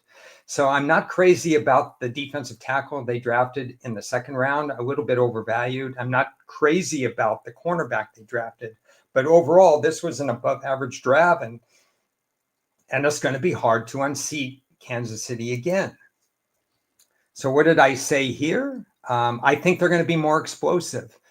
You look down below, and Mahomes had 404 completions, not even 10 yards per completion. Last couple of years, defenses have been content to stay back and make Mahomes go all the way down the field. No long distance plays. We saw in the Super Bowl versus Philly, when the game was out of hand, Mahomes just kind of tried to stretch the field with Worthy. I think you're going to see this attack be more explosive and more daring, and they have more weapons to do this. So that's dangerous for the rest of the division, and it's dangerous for the rest of the league.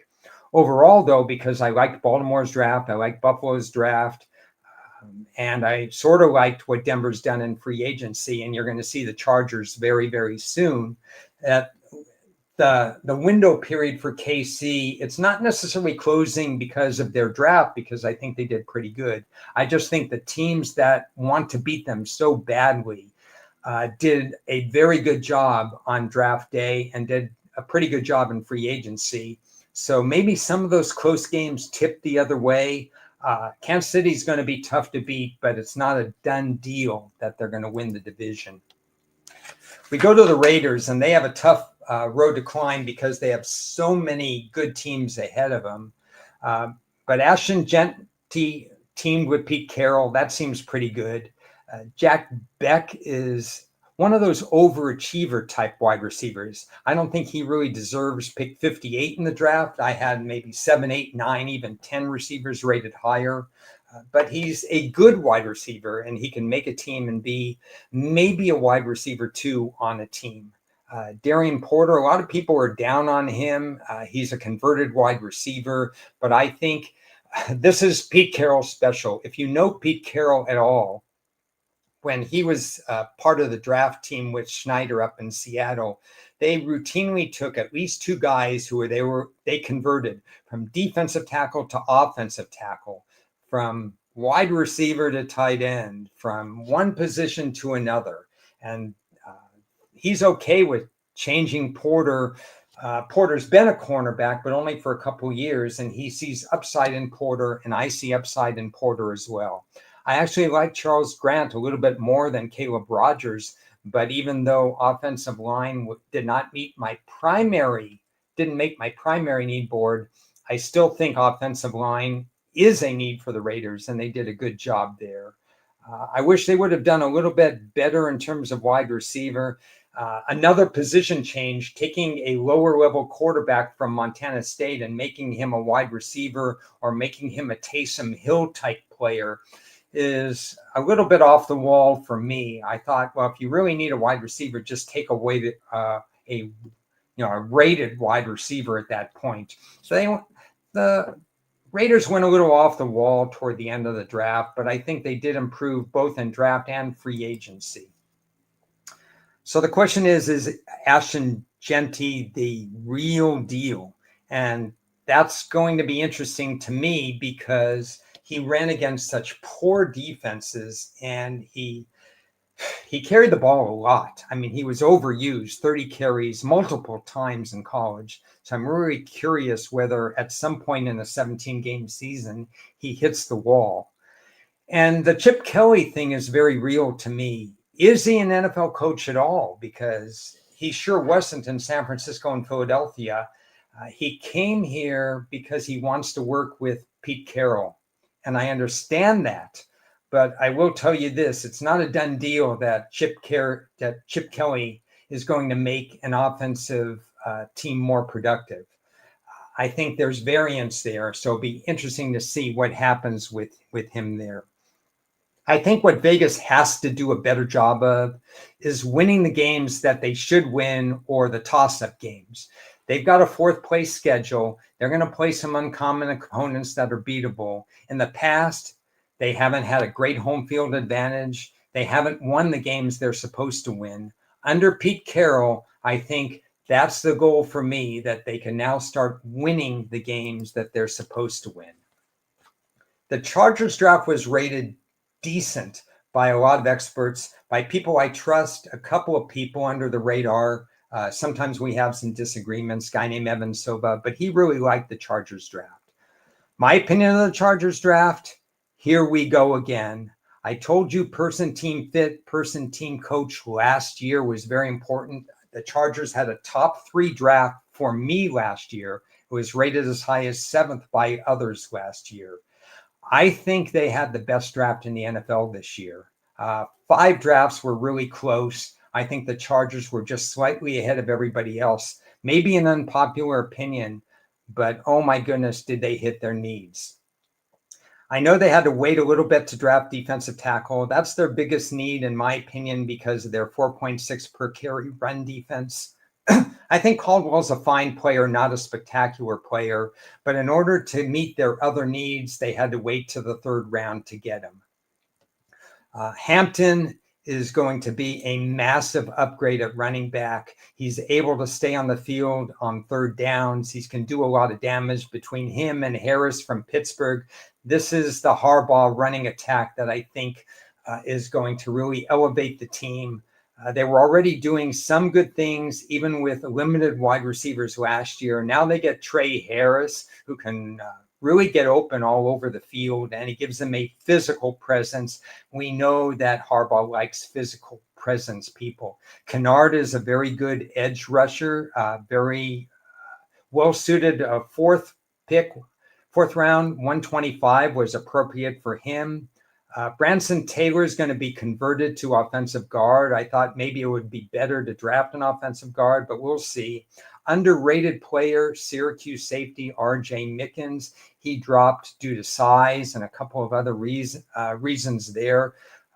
I think he has enough experience in college to be able, he may not be your best starter. He may not even be a starter, but and as far as where he was drafted, he brings value. I think they pretty much covered all their needs. And I want to go to the next page. There was a quote. I don't know if I put it on here. Looks like I didn't put it on there. But under Tom Telesco, when he was there, they didn't need a phone in the draft room. The Chargers never traded with anybody. Chargers made one trade in this draft, and it was to get Gadsden, the tight end that they got in the 5th round from Syracuse. And here's what Horwitz, the GM, said. He basically said, he was quoting the newspapers, let's not mess around. They went up, they made a small trade up to go get Gadsden.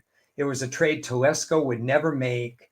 And I think Gadsden is going to win this job. I think Gadsden is one of the underrated tight ends in this draft.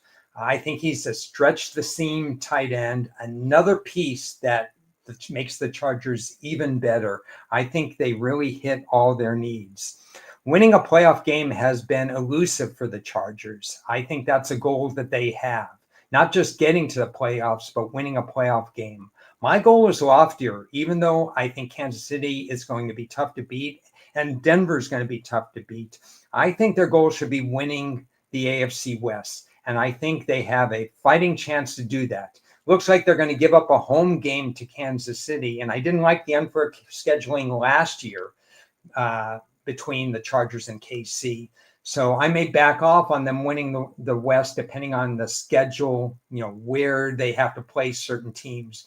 But if they have a fair schedule, I think they have a decent shot to win the NFC West and make noise. I love what Harbaugh did.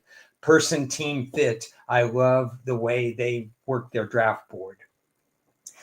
Okay, the Rams, unpopular opinion. This, I think, was one of the worst drafts of everybody. And I applaud the fact that they traded up a couple of times in this draft. They already took 25 players, I think it is, the last 2 years. So that's a good thing. They have restocked the roster. It's all right to trade up and to get the final pieces because they've been there. Amazingly, when they won the Super Bowl, they won 9 games. Last year, they barely got in. They won 10 games. They won 10 games and finished with a minus 19-point differential. San Francisco this year has a 4th place schedule. Seattle, second-year head coach, second-year staff. They've made some changes. I think their draft was pretty good. Arizona has been building to the day when they can make the playoffs. So the Rams, in my opinion, took a step back with one exception, which we'll get to. But this isn't my favorite draft. This is my least favorite draft. I think the edge rusher was overdrafted just a little. And why does this team need edge rusher? They've been drafting a whole bunch of edge rushers recently. I understand the pick for Hunter because they do not have any breakaway speed at the position. Blake Corum, drafted last year, reminds them of Kieran Williams, who's their starter. They'll probably only have one of those guys in 2026. So Hunter takes that role. Hunter might have been a slight reach at 114. I understand the pick, but was it really a need to take a running back when you have other needs on the board? Ty Hamilton, again, they've drafted a lot of front 7 players. Other than inside linebacker, I didn't see this as a need. Paul might fill that role. He might fill the outside linebacker role. But 3 guys in the front 7 was overkill. A running back when he's not going to be the starter was overkill. Ferguson's a really good player and will be the eventual starter probably in 2026, but you already have Higbee. So again, was that the position you absolutely needed to have in the first round? Why not? It would have been a first round pick. They traded out of the first round when Connerly, I think, was available and when Josh Simmons, an offensive tackle, was available, because I think offensive line, they have to succession plan in that area. And Mumfield, a guy I really liked in college, but he has not enough speed to play in the NFL. So I don't think they did this draft well at all. My problem is, really, the only solution is that Devontae Adams and Matthew Stafford they could be something special together. I could see Adams with 1,300 yards and 11, 12 touchdowns, and Stafford relying on him much the same way Derek Carr relied on Adams, and so on and so forth. And maybe that overcomes some of their draft day misses.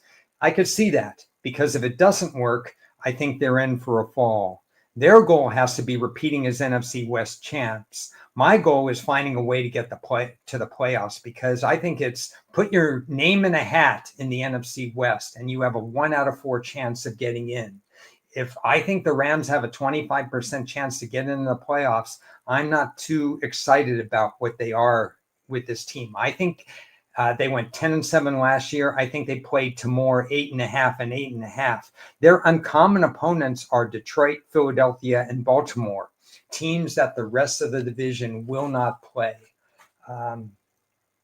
Take it from me. You could agree with me, you could disagree with me, but I'm not going to be the biggest Ram fan this coming year. Miami finally drafted 8 players. This is another draft I am not thrilled with. We have Chris Grier as GM. Some of the beat writers were talking about the mistakes that he's made over time. I think Chris Grier is a candidate for losing his job. They may even lose their head coach. I like their head coach, and I think some of their stats, I actually think they were undervalued. I think their stats were pretty good last year. Not necessarily playoff worthy, but almost playoff worthy. So, and this is a team, I'm jumping ahead a little bit, but they had 25 sacks in their last 9 games last year. So that translates to almost 50 sacks, above average for a team in terms of sack ability. They were hurt a lot. They came into the year injured. That's why I had a very low power rating for them to start the year, because in my opinion, power ratings, when you design a power rating, it really only needs to be where they are as a week 1 power rating. You can't anticipate what a power rating is going to be and make it say, oh, I know they're good. They're going to be really good. So let's make it as if it's a week 8 power rating. Your power rating, in my opinion, should be designed as to where they are week 1. And Miami had a lot of people that weren't going to be ready defensively week 1. So with that in mind, they went right after defensive tackle, which is good. I thought they had a great focus with their first 3 picks. I'm not crazy. I think their second round pick, the Arizona offensive tackle, was overdrafted, but I applaud the fact that they went after their top 2, 2 of their top 3 needs right away. On the other hand, if they would have traded back, if they knew how to trade back from pick 13, there were 2 safeties, Starks and the other guy from South Carolina, that had grades in the middle to late first round and fit Miami's need perfectly. Instead, they waited all the way to the 5th round to go after safety. Ollie Gordon, Miami was the worst team in the NFL at 3rd and 1 last year. Gordon has a lack of speed, and he really underperformed at Oklahoma State after a great 2023. His work habits were not good, as documented in 2024. He's trying to get some of that back. He'll never be fast. But he may solve the 3rd and 1 problem, and that's a big issue for Miami. But overall, even though the focus was good, I thought they made modest gains in the draft. It wasn't a you killed the draft kind of draft for me. Is Tyreek Hill an asset or a liability? I guess you'd be the judge of that, because I'd say right now, Tyreek Hill could go off the rails. He could go AWOL. He could be traded. We don't know. So I think this is a dangerous, slippery slope with Tyreek Hill, and it could cause friction on the team. And I'm not sure Grier did enough to make or keep his job. Their goal is to make the playoffs. My goal is avoiding disaster, because that's what this could be. And some of their starters, when you don't draft to my specifications, what that means to me is that your starters have to stay healthy. If they don't, and especially if Tua doesn't stay healthy, then you've got a problem, because your wide receivers are not going to be happy. I mentioned the last things there, and they haven't had a playoff win in 24 years. Minnesota, I had Kiev, and I had Las Vegas Chris on the show, and Kiev has Minnesota as the second best. And I think Las Vegas Chris, who's down on Jordan Love, also feels that Minnesota belongs there.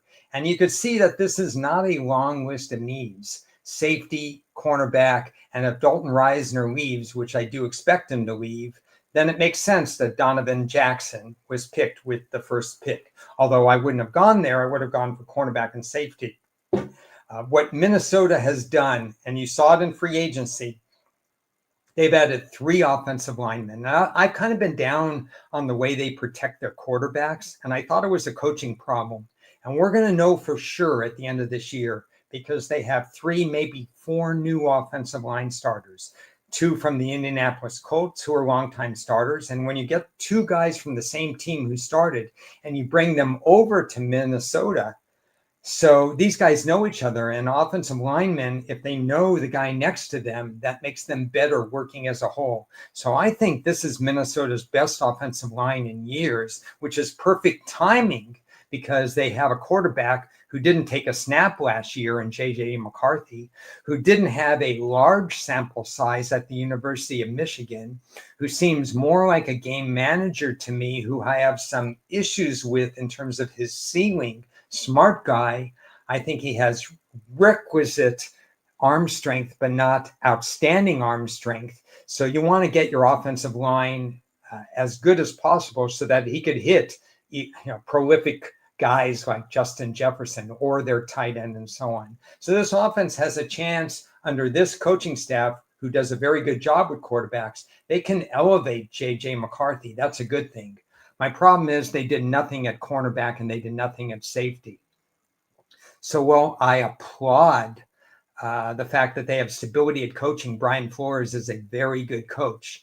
They didn't do anything defensively that moves the needle for me. They drafted listen to this. I mean, they're undrafted free agents, not too bad. And 2 of them are offensive linemen. I think this team just added 5 offensive linemen that can make the team, 3 of which will start. But that's just one position. I worry about the cornerback position. Just take a look at their depth chart and see if you like their cornerbacks and if you like their safeties, because I have a little problem with that. This GM loves to trade, so is never going to be a big draft class. They would have to hit on their picks to make this work.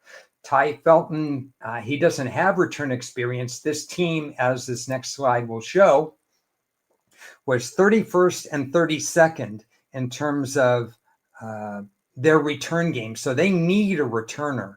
I don't know if Ty Felton is that, because I don't believe he had that experience in the NFL or in the NCAA. And I don't know if he's not listed as a returner in the NFL. So that's still an area that's underdeveloped. I think they fixed the offensive line. I think McCarthy can do well, although it's his rookie year here. They have 24 interceptions last year. That's unfortunately for them not repeatable. You usually see teams slide when they have that kind of ratio, so they're not going to pick up free points. 340 plus penalty yards. That's just a crazy figure. I didn't mention with Kansas City, everybody thinks they got the benefit of the doubt in penalty yards. They were only plus 20 in penalty yards for the year. So we can erase that. But 340 yards for Minnesota on the plus side in penalties, that's not repeatable either. So because their draft was not good, in my opinion, and certainly not focused, because they fixed only one position, offensive line, because they have these areas that are going to regress, just randomly regress, I have Minnesota as not being as good as maybe other people think this coming year. Now, New England won free agency, and I talked about how that gives you short-term gains. Mincing my words, I'm going on for over 2 hours. Sorry about that. So they have short-term gains, but they also had a draft that on day 1 and day 2 was excellent. I put this up when Jared Smith was in the room. So we've already talked a little bit about this draft. So I'm not going to belabor the point here, other than the fact that they've done 3 really wonderful things. They've elevated their coaching staff with Mike Vrabel. They've elevated their free agent market with 9 free agents slated to start. And the draft has given them at least 4 2025 rookie contributors. So this is the trifecta for them. Plus, if you look at their schedule, it's going to be pretty easy comparatively. So, like the team, I think their goal should be flirting with a winning record. Why can't they finish ahead of Miami and the Jets? We don't know how healthy and how happy Miami is going to be. We know the Jets are in transition with a quarterback who may already have hit his ceiling. Why not New England coming ahead of those teams? It's a loaded, NFC over AFC overall with Baltimore and Buffalo and the teams in the NFC and the AFC West. So I don't know if they make the playoffs coming in second in the AFC East, but I think they give it a fighting shot. So I think New England has done a wonderful job, and they have new people on special teams, which they needed. And you know how important I feel special teams are. So very quickly, I think New England, one of the 5 best drafting teams, the best free agency team. So they're on a roll. Blessing and a curse to lose Dennis Allen with the New Orleans Saints. Here's my tip for New Orleans: higher scoring games in the upcoming season. As a head coach, they didn't use Taysom Hill the way they should have used Taysom Hill. I harped on this week after week after week on the podcast with Las Vegas Chris, with Ted, on the Inside Blitz. New Orleans Saints under Dennis Allen was the opposite of creative offensively. And because of that, they left points on the table. And then when Derek Carr got hurt, their pass percentage dipped tremendously, 14 to 16%, I think it dipped.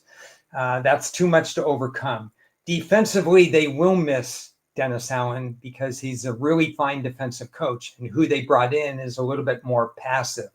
So they have an offensive-minded head coach and a creative head coach who was with world champion Philly last year. We know that.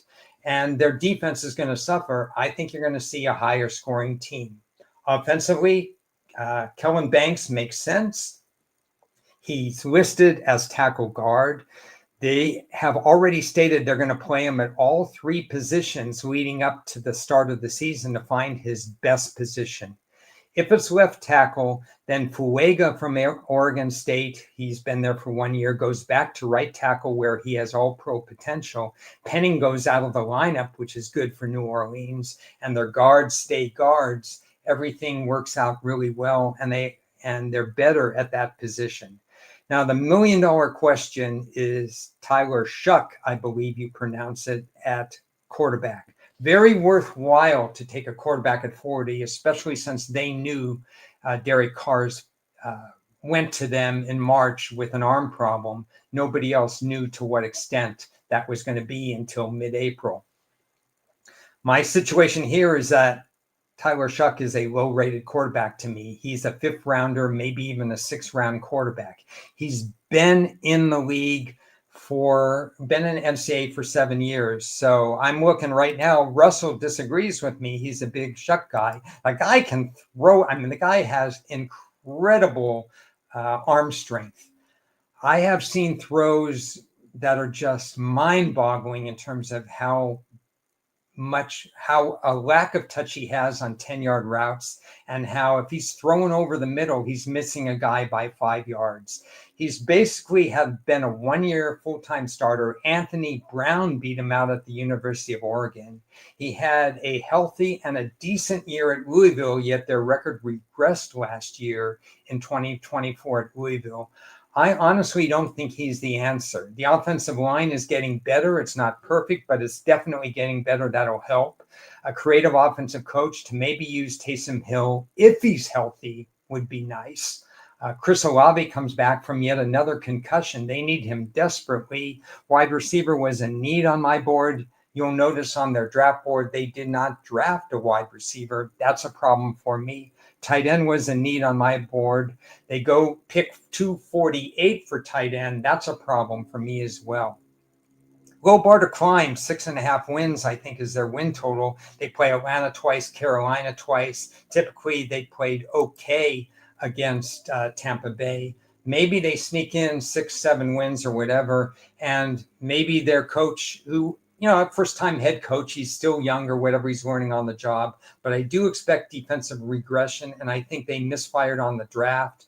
And unless Shuck proves me wrong, I think this is an average draft, maybe slightly above average draft. So I still have some problems because I think the pass percentage is going to be low, and that's a problem in the NFL.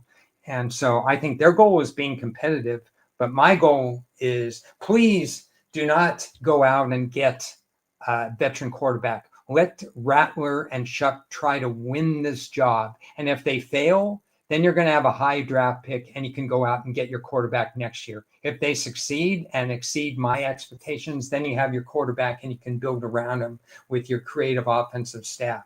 But I would play with what they have now, even if it means that this is not going to be a good year. When will the New York Giants ever get better? Maybe it's this year. Washington was the team that emerged. All Washington needed was a new owner, and look what happened. And they drafted some really good guys.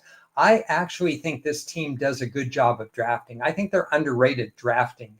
And what I would like to see is that the product on the field get a little bit better.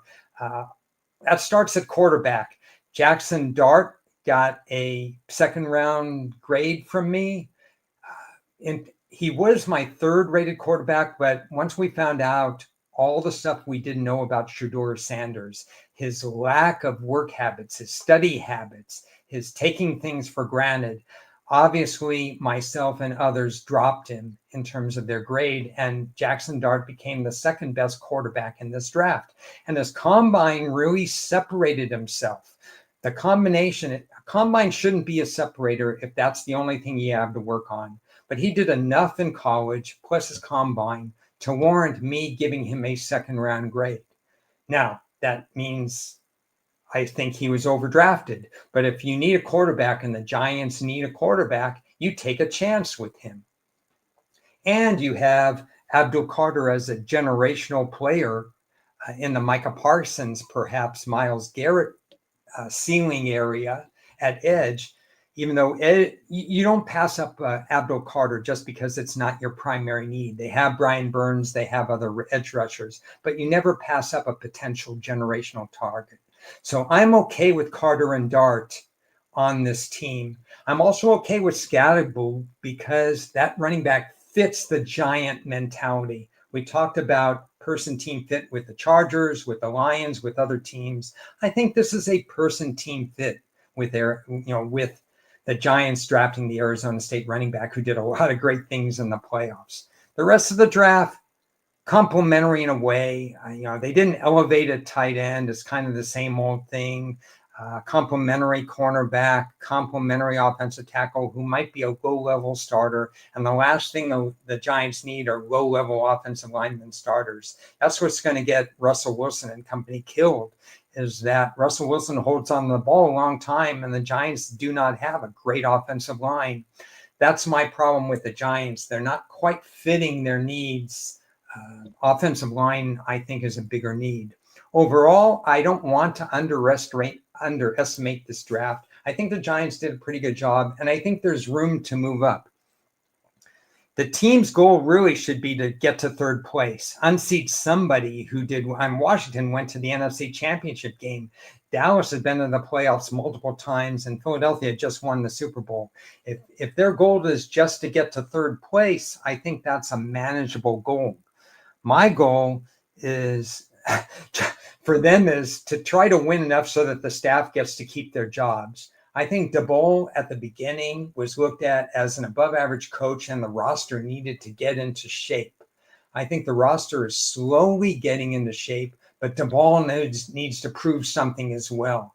I don't think he can be left off the hook on this. He's going to have to win some games. I really think this team has the potential to win 8 games in the NFC, but they also have the potential to win 5 games if the quarterback play, if Russell Wilson, who's an upgrade. Keep in mind that Russell Wilson is an upgrade at quarterback from what we saw last year with the New York Giants.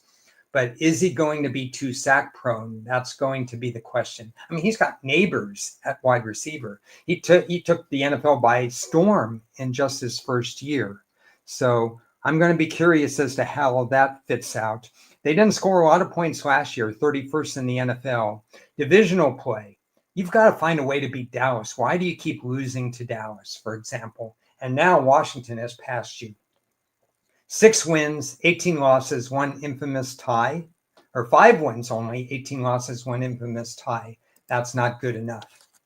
The Jets are interesting because Aaron Rodgers lasted 4 snaps in 2023. In 2024, he played a lot without passion, I might add.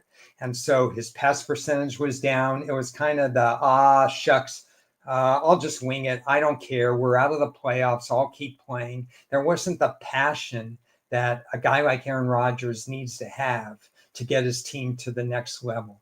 And now the Giants are going to Justin Fields, who's going to play with passion, but his ceiling is obviously much lower. So now we've got to figure out whether or not Justin Fields can thrive with this team. And to the Jets' credit, one of the things they've done is meet some of their early needs. They drafted an offensive tackle. They need an offensive tackle. Mason Taylor has a world of upside and the bloodlines to realize that upside. Drafting him at 42 is perfect. I mean, this elevates tight end, quarterbacks, especially a Justin Fields type who doesn't throw a perfect pass, doesn't throw in rhythm. It's not one of those quarterbacks like Aaron Rodgers, Tom Brady. If Tom Brady asks you to go 10 yards, turn around and be at the spot, you better not be 9 yards and turn around and be at that spot. Justin Fields doesn't operate that way. He's not going to make throws on rhythm. So you need a larger target, a guy with a bigger catch radius. You need a serviceable tight end. And I believe Mason Taylor could be that guy. I like Thomas. He possibly is a little slow for cornerback, but he's awfully smart. I thought he was properly drafted. The only issue I have with Thomas is that cornerback wasn't a need. So why aren't you drafting a wide receiver to go opposite Garrett Wilson? That's a problem for me that they went off the board. I wanted at least 1 wide receiver, maybe 2. So they draft Arian Smith, who caught 48 balls and dropped 10 last year. That's a problem when 1 out of every 5 your balls thrown to you were dropped. So I have a problem with Arian Smith. I had him with a 7th round grade and they drafted him in the 4th round.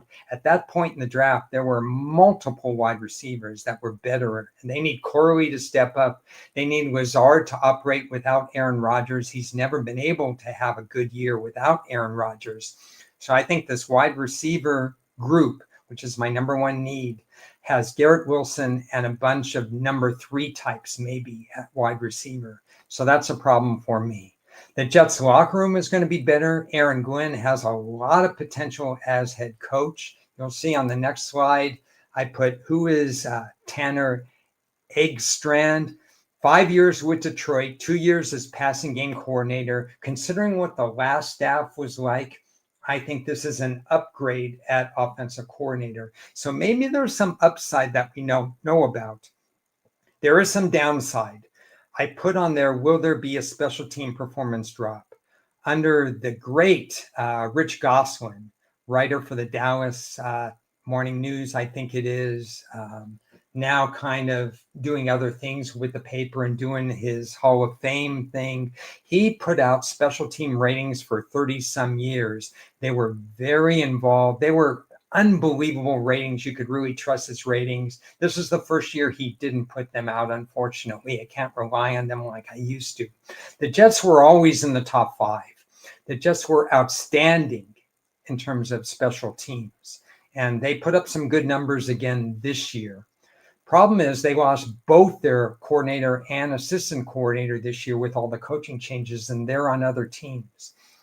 I think this is an underrated aspect that we look back at the Jets maybe after the 2025 season, and they say, wait a second, there were some kicks blocked.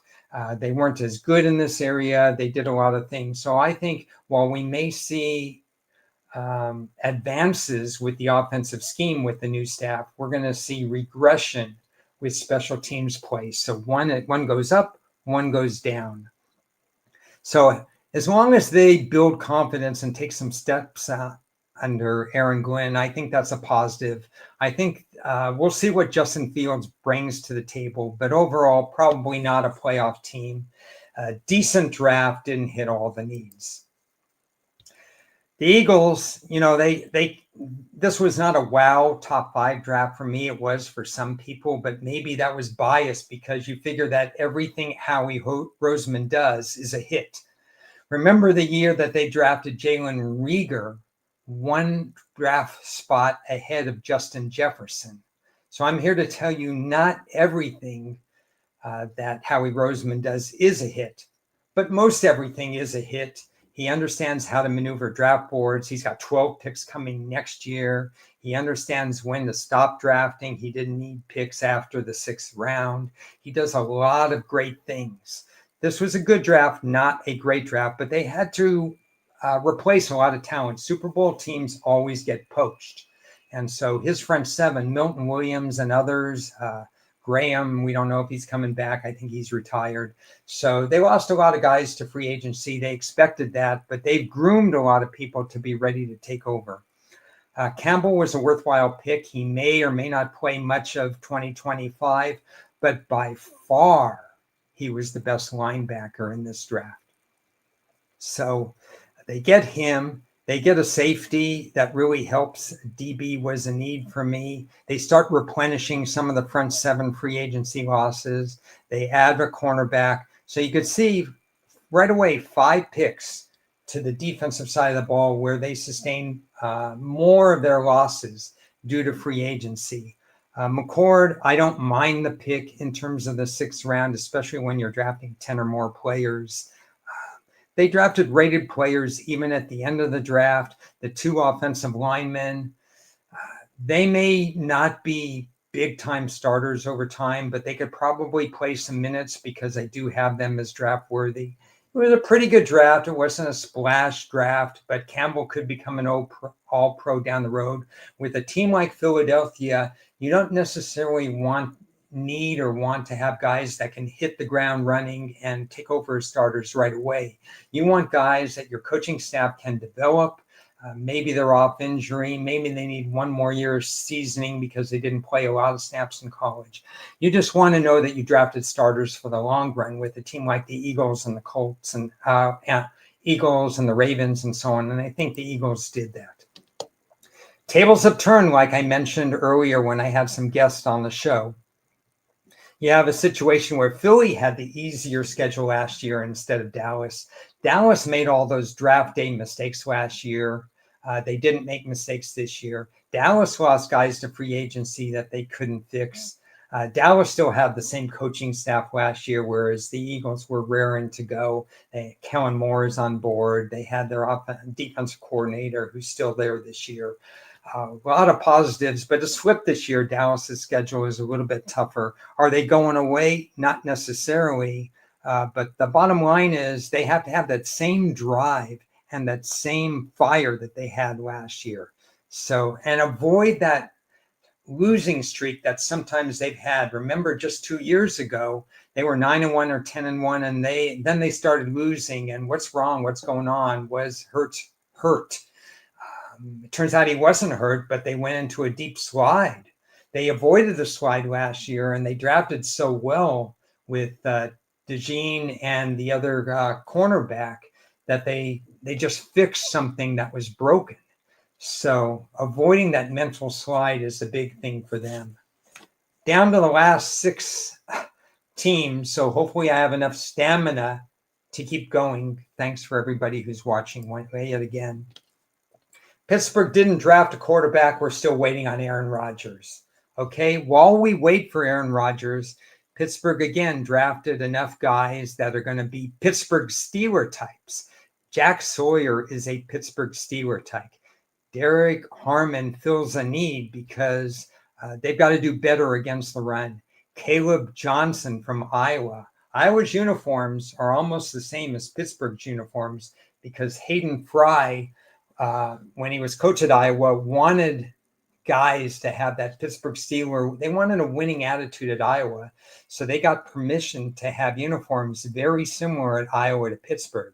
Two of these guys, Black, the defensive tackle, and one other guy, Caleb Johnson, the running back, are from Iowa.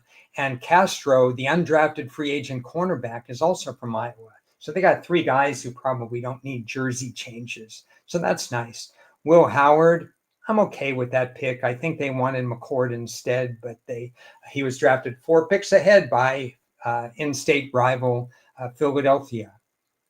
Kind of throwaway picks. The last 2 picks, Bruner will be more impactful on special teams. So this team, I think Sawyer will eventually be a complimentary starter. Harmon is good. Johnson will be a starter. Black will serve some role, complimentary only in the defensive line. Wasn't a great draft, but did enough. But, they were already down a wide receiver. Now they're down 2 without Pickens in the lineup. This is a problem. They have Mason Rudolph right now, and even if they have Aaron Rodgers, unless they go out and get Alan Lazard, a guy they're familiar with, Aaron Rodgers is not going to have guys that run crisp, great routes for this team. So again, Mike Tomlin, who people are saying, so what that they keep having winning records? What have you done for me lately in the playoffs? I'm here to tell you, you shouldn't bang on Mike Tomlin. Most of the teams that he's had, especially post Big Ben, are teams that should never even sniff the playoffs, especially going against a better Cleveland team in the heyday and Cincinnati with Burrow and obviously Baltimore. This team really overperforms every year and puts themselves in quarterback limbo, unfortunately, because they're not bad enough to get a quarterback and they're not good enough to really be one of the top 8 or 10 teams in the league. Mike Tomlin's an outstanding coach doing more with less. The problem is he keeps having to work with less at quarterback. Even if Aaron Rodgers is here, they just don't have enough at wide receiver to make a big splash again. And unfortunately, that's what they're going to deal with. And their plus 16 turnover ratio, with Rodgers, it's going to be reduced. Without Rodgers, it might be drastically reduced. So I see regression in Pittsburgh. I'm probably not willing to bet the unders because Tomlin's there, but I can promise you that with a large body of work and a lot of situational factors, that I will look for situations to fade Pittsburgh. Last year was easy.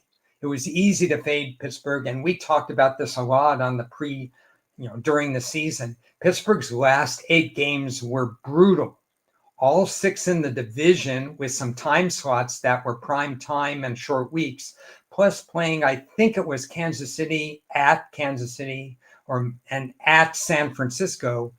We didn't know that San Francisco was going to slide, but a West Coast trip in between all these divisional games. Those 8 games were completely unfair. But because Pittsburgh had such a good record after their first 9 games, everybody kind of said, well, maybe they're good enough. And instead of getting 7 points, they were getting 3 points. Or instead of being an underdog, they were favored. And it just didn't match up statistically. So those were the situations last year that I was able to capitalize on. I'm going to look for those situations again to fade them, depending on what happens with the rest of their roster in 2025. That's my tip.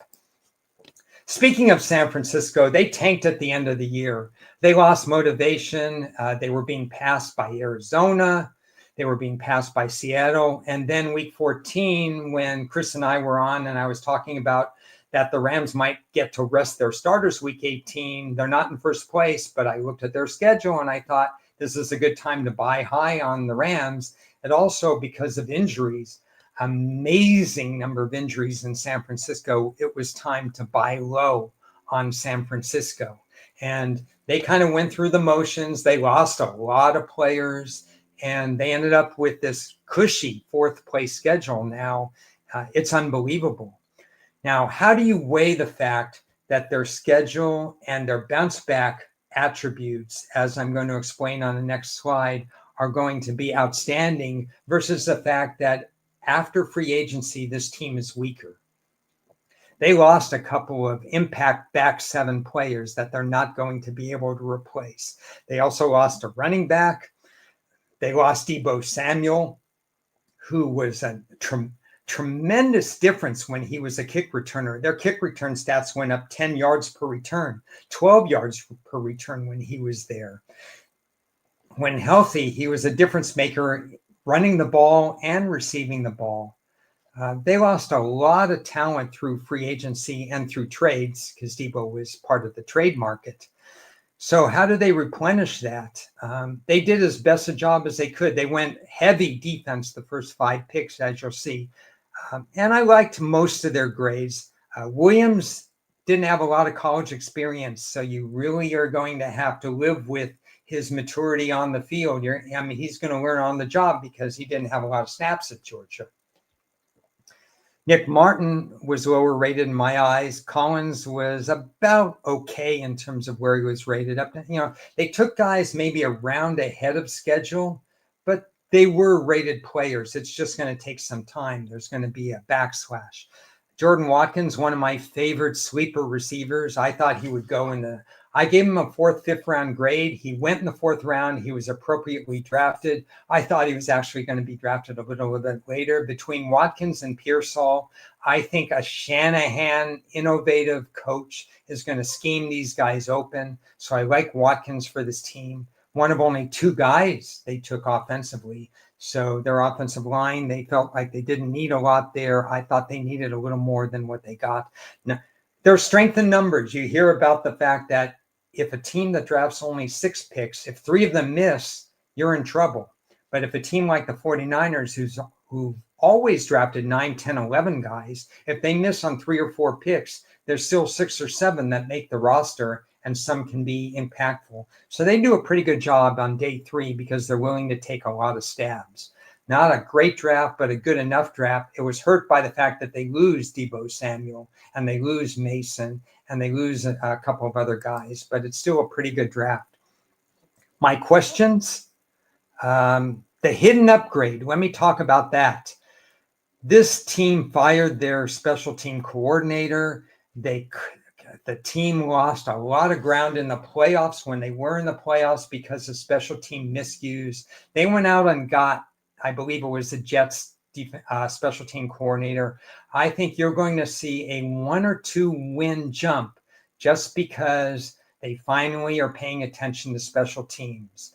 That's why I think special teams are important. Do not be surprised if you see San Francisco tighten up on special teams. Now we have to answer the other unanswered question. Is Christian McCaffrey back? And if he's back, that solves a need for them. It gives them run-pass balance. It lets their wide receivers develop. If their offensive line, which isn't top-notch, but has a great left tackle and is certainly average or probably above average still, maybe even a B-type offensive line, if McCaffrey is back and running on all cylinders, they won't miss Debo Samuel as much. So look at those 2 things as being very important. They'd like to go to first place. I think their goal should be to make the playoffs. Maybe 2 teams in the very contentious NFC West will make the playoffs. They outgained opponents last year by more than 1,000 yards. So they're not as far off as people think they are.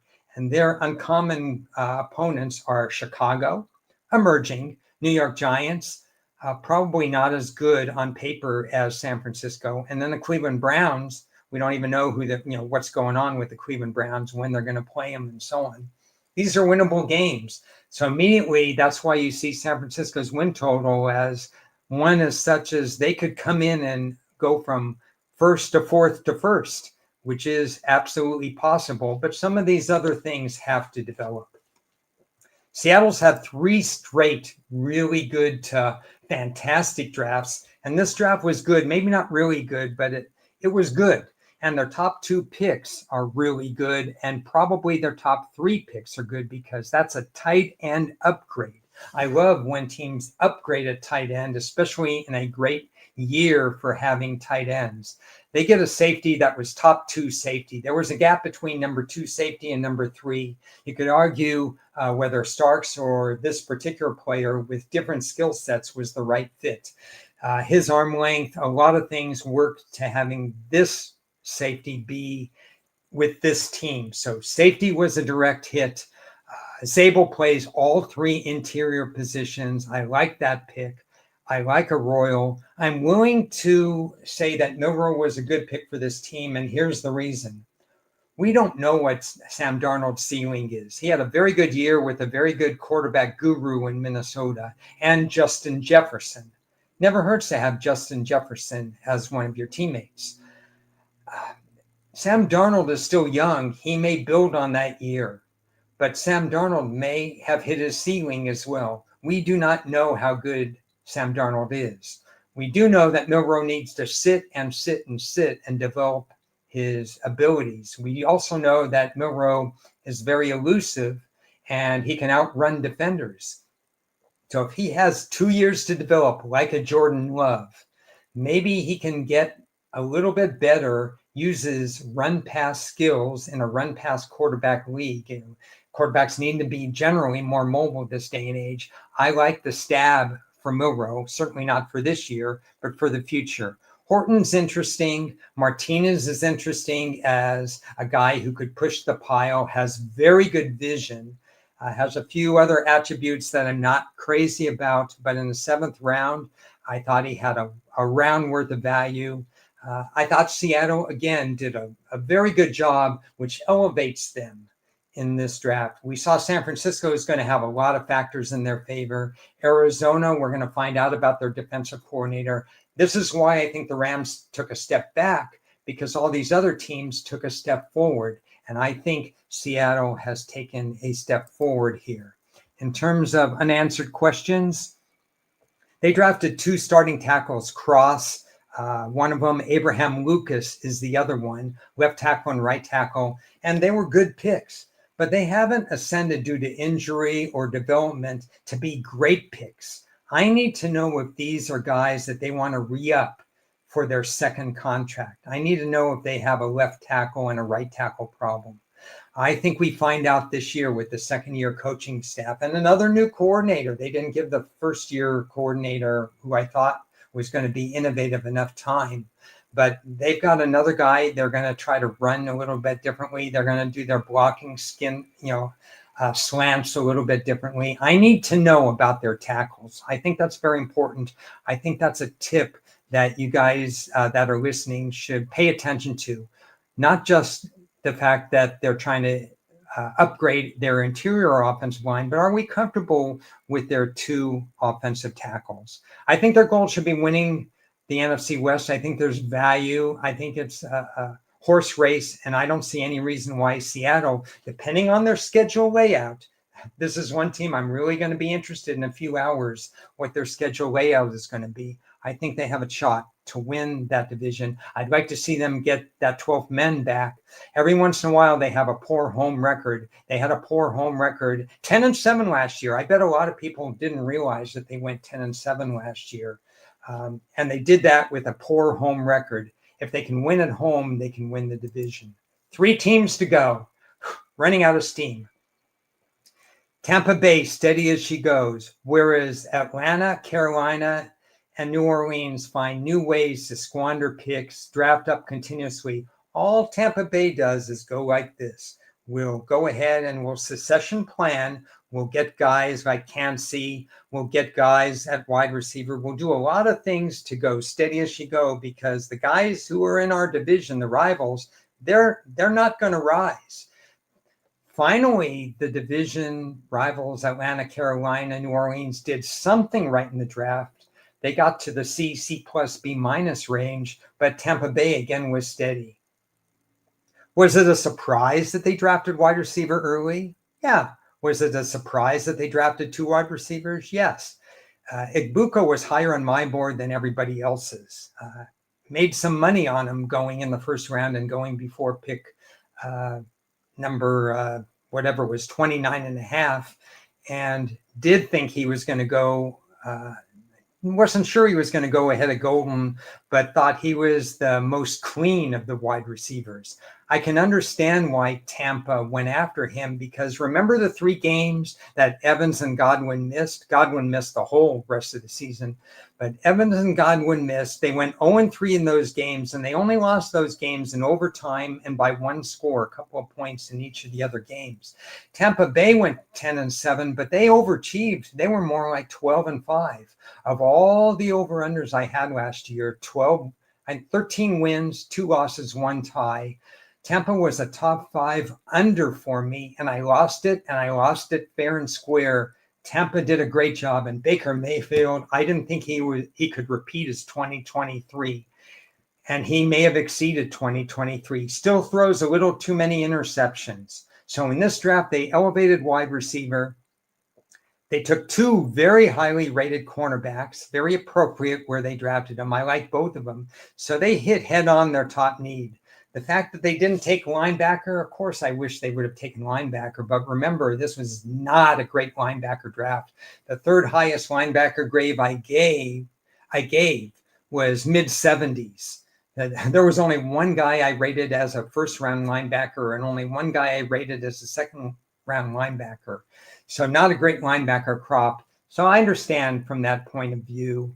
And then they went ahead and they needed edge depth, and they went ahead and got 2 edge rushers. So they're 5, maybe 6 deep at wide receiver. They're much deeper at a position I've wanted them to go after, cornerback, and they've improved at edge. So Tampa did everything I asked them to do. That's why it's going to be hard to unseat them, even though they, of course, will have a more difficult schedule than the rest of their division.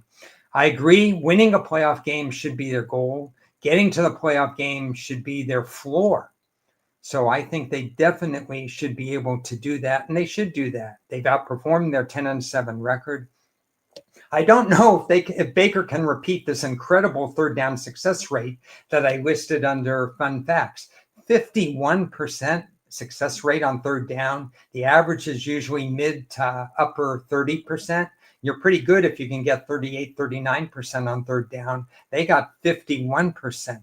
A lot of tough games on their schedule. They'll probably have some uneven weeks because they're a team people like to see. But I've got to tell you, they've done everything to warrant still being a relevant team.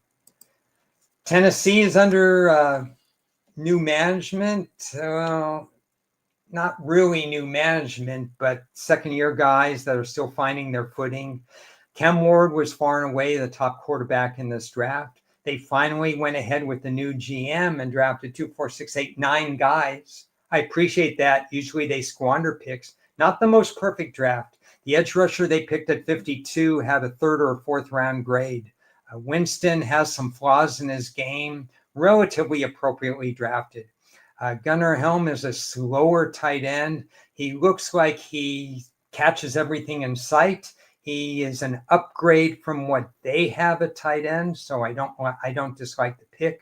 I like the Stanford wide receiver better than I like the Florida wide receiver. I'm okay in drafting 2 wide receivers. I would have picked a different wide receiver than what they did in round 4. I like Jackson Slater as a nice sleeper pick. Sacramento State. So when you go from Sacramento State to the NFL, you're going to have a learning curve. Be patient with him, but I like him. I think he's a starter in the NFL. So we'll see how fast Cam Ward can go with a less than spectacular group at wide receiver. They didn't draft any offensive linemen except for Slater, who will need developmental time. Cam Ward had a lot of starts in college at 3 different universities. I think that bodes well for him. I think Tennessee hit most of their need areas.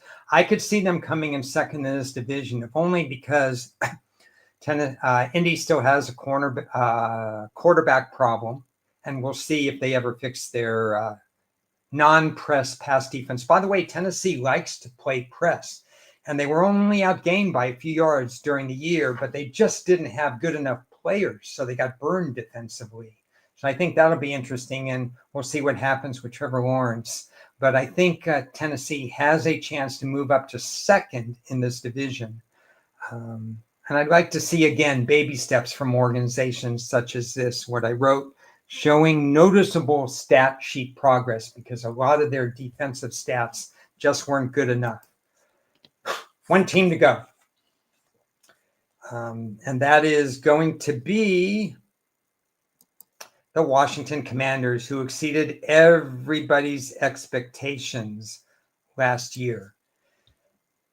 Their needs: defensive line, cornerback, offensive line, running back, cover linebacker. I like Josh Connerly. I think he fits in the first round. I think it was a very acceptable pick. I actually like him for this team over Josh Simmons. Remember, Washington is trying to change the culture route with their whole team. That's what they've had such camaraderie and chemistry last year, plus drafted rated players. They left some rated players off on the table, but they took rated players that fit their new culture. I think Connerly over Josh Simmons is a better culture fit, and Connerly and Simmons have very similar grades. Trey Amos has value. I thought he could go earlier in the second round. Is he a finished product? No. Is he a done deal? No. But he was appropriately drafted. So you draft an offensive lineman and a cornerback, your number 2 and 3 needs on my board, and I think you got value with both of them. You are on the right track. Remember, getting to the playoffs is one thing, but staying there off that great year with tape on your quarterback, with doing the Houston thing, going from no primetime games to more primetime games. I know they were flexed later in the year, but still, now they are going to be a primetime darling because Daniels is an exciting quarterback. Got to keep him healthy. Because you have to keep him healthy, well, that's because Tunsil counts in their draft grade. They traded picks to get Laramie Tunsil because they needed to keep Daniels upright. So Tunsil counts in their draft grade. Deebo Samuel counts in their draft grade. If you get anything out of Lattimore, who looked not quite himself last year, maybe you do, you might have 3 starters that weren't drafted, but were surefire. I mean, Tunsil is a near top of the line left tackle. Deebo Samuel is a great weapon to have with Daniels and his elusiveness. And Lattimore, if he rebounds, is a starting cornerback. If not, maybe you could have even drafted another cornerback. Crosby Merritt, he has variance. He was 7.3 yards per carry at one point. Then he was out for the entire year. He has a very high ceiling and he has a very low floor. He may wash out. Worth a stab. I probably would have taken another. I probably would have gone higher to take a running back, would have taken a better linebacker. I'm not sure. Medrano can cover slower tight ends, slower running backs, but maybe that's about it. They did what they could, and if you count the guys that they picked up because it used 2025 draft capital, I don't think Washington is going away. Just keep Daniels healthy. Final unanswered question page. Can they stop the run? They allowed over 7.5 yards per run in the postseason. Over 5 yards, I think, are close to in the regular season. This is a team that needs to find a way to stop the run. They have the personnel and coaching to do so. Now they have to prove it on the field. If they use Deebo Samuel creatively, that adds another dimension to their team. Their goal is continued playoff success. And my goal, because their schedule is going to be tougher, because some of the Dallas is better. You got Detroit, Chicago, Minnesota, Green Bay, and Seattle. You got a lot of teams that are about the same as Washington. I just think making it to the playoffs shouldn't be looked as a step back. It should be looked as continuity and a step forward. I think Washington has the capability to make it to the playoffs. Let's not make this too lofty a goal. Once they get in the playoffs, they can do damage. Let's get them to the playoffs first. The offensive line, remember, they allowed 50 sacks last year. That's why they went after Tunsil to try to fix that left tackle spot. Phew. Hi, everybody. That's 3 hours. I appreciate everybody who stayed. Thank you to Kiev. Thank you to Las Vegas Chris. Thank you to Jared. Really appreciate all the comments that were made, and everybody that's listening. If you took notes, somewhere along the line, there may be some misses. I think there'll be some nuggets somewhere here. I have just one more show, then I'm disappearing. My wife and I get to go on vacation. We get to do a lot of different things. We get to see Canada. We get to see the Middle States, the Mississippi River. I'll post a picture, hopefully, of North Dakota, my and my wife's 50th state, so that we could finally have seen them all. Next week, one more episode. We'll see what it might be, college football related, have something not confirmed yet, just a regular episode. Enjoy the schedule release tonight. Football never really goes away. I'll talk some more, maybe make a guest appearance. Thank you again for watching. I hope you enjoyed the whole series. And if you missed any of the series, please go back. I had some unbelievable guests. I mean, the Kyle Hunters of the world. I had Kiev, Jared Smith, and so on. They talk about their journeys, Kate Constable, what it's like breaking into the field. And please refer to others. I don't have a large following, but I appreciate everybody who does watch this show. I'd like to grow it a little bit, but we'll see what happens. I'll see you next week, maybe an appearance otherwise. Take care. Talk to you. So long.